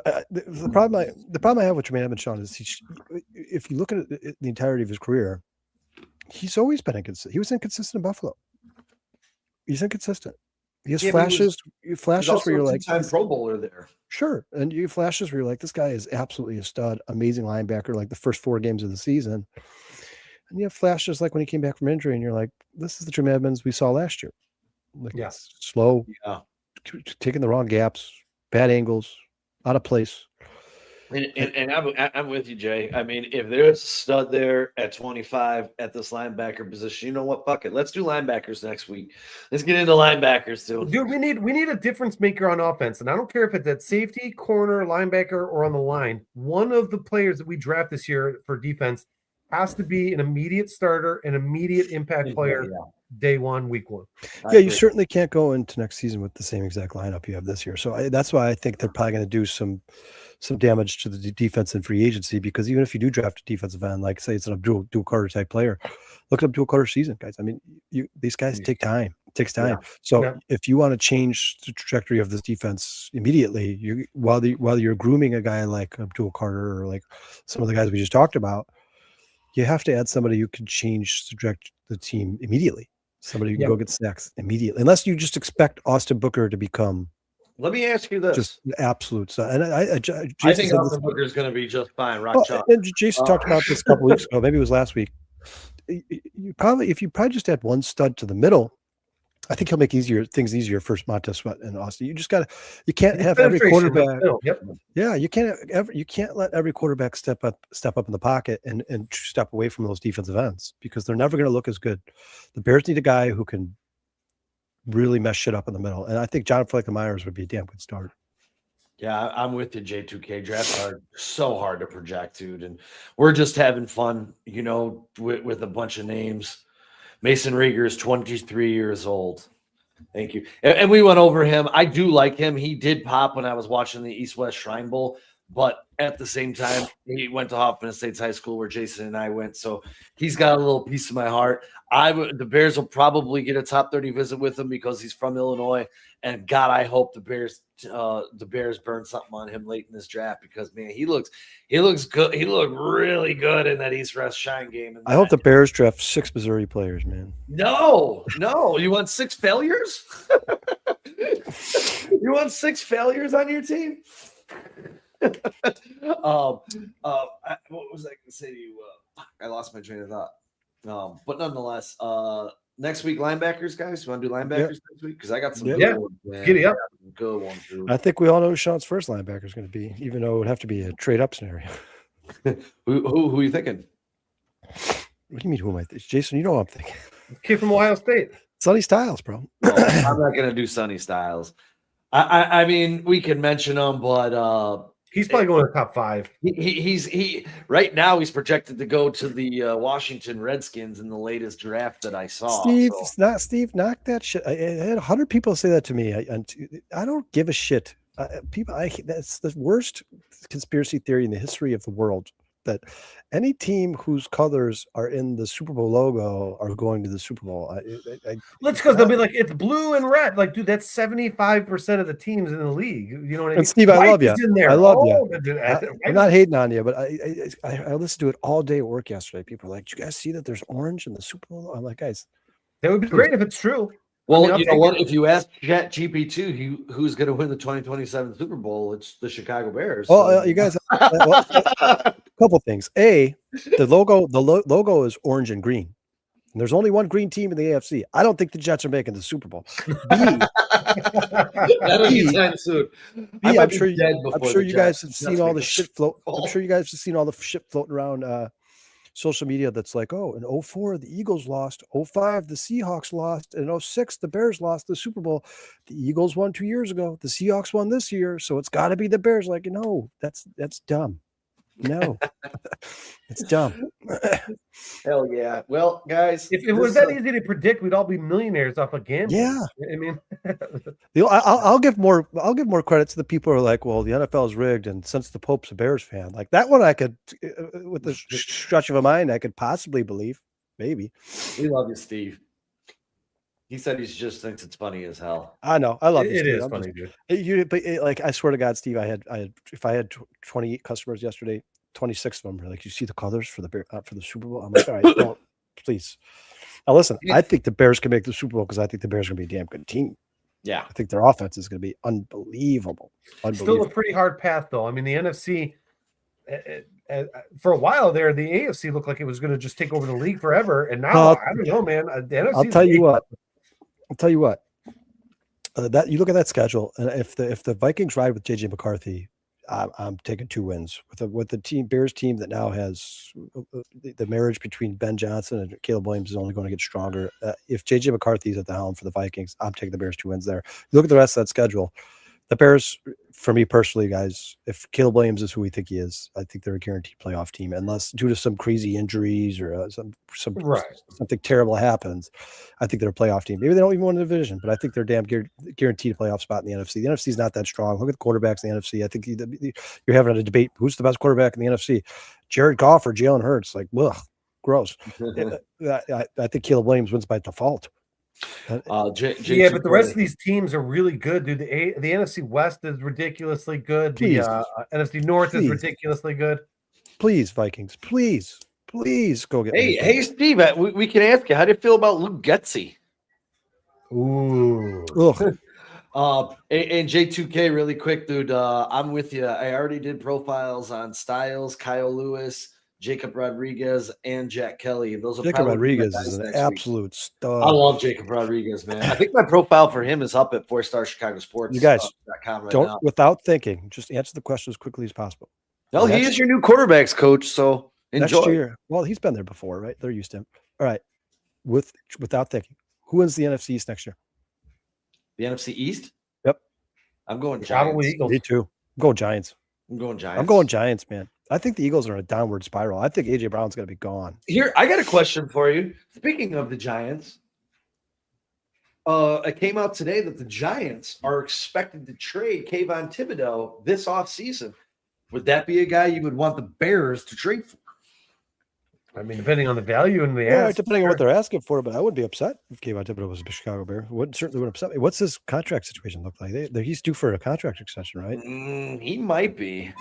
He's still on his rookie contract, right? Kayvon Thibodeau contract. Let's see where he's at. I think this is the last of his contract. He is club option in 26, unrestricted free agent in 27. Yeah, so you got to pay him. You got to pay him, and he's 9.99. Listen, if the Bears are going to make some splash move via the trade market, it's got to be Max Crosby for me, man. Like that guy changes. It's saying Crosby and Thibodeau will head to the Lions. Bullshit, not happening. Who says that? That's what Steve just said. It's saying Crosby and Thibby will be headed to the Lions. That ain't happening. Steve. I don't know if they can afford it. Did they pay Hutchinson? If they didn't, they're going to. Yeah, they did. They did. You can't give 3 defensive ends $300 million on your $298 million next year. That would be pretty impressive, though, man. Yeah, you guys are right. 4 years, 100. Yeah, here's the problem, though. Like, when are the Lions going to address that secondary? He's making $45 million annually. Every time they think they did, every time the Lions think they address that secondary, it all falls apart. They might want to start thinking about depth in the secondary. because I like Brian Branch and I like Arnott or Arnold, whatever his name is, but they don't stay healthy. Terrion Arnold. It's been a problem for a couple of years now for Detroit. They need to get that. I mean, that's Coleman. They'll tell you that secondary needs to get better because they score a lot of points, but there's plenty of games when they play and they give up a lot. Yeah. Yeah, that's been their downfall. It was their downfall against the Washington Commanders and Jane Daniels. That second, he was just picking them apart. Sooner or later, the Lions need to take a big chunk of money and bring in like a Jalen Johnson or Witherspoon, an absolute stud to that secondary, and somebody that can make everybody around them. But don't be surprised at all if the Lions are signed Jaquan Brisker.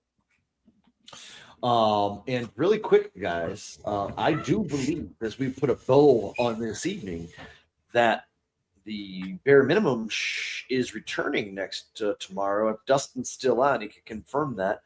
But I do believe it is coming back tomorrow. And I don't believe we're going to be here on Saturday. I cannot do Saturday morning. Maybe Sunday night, though, for Cub Show if you want, Kyle. I cannot do Saturday at noon.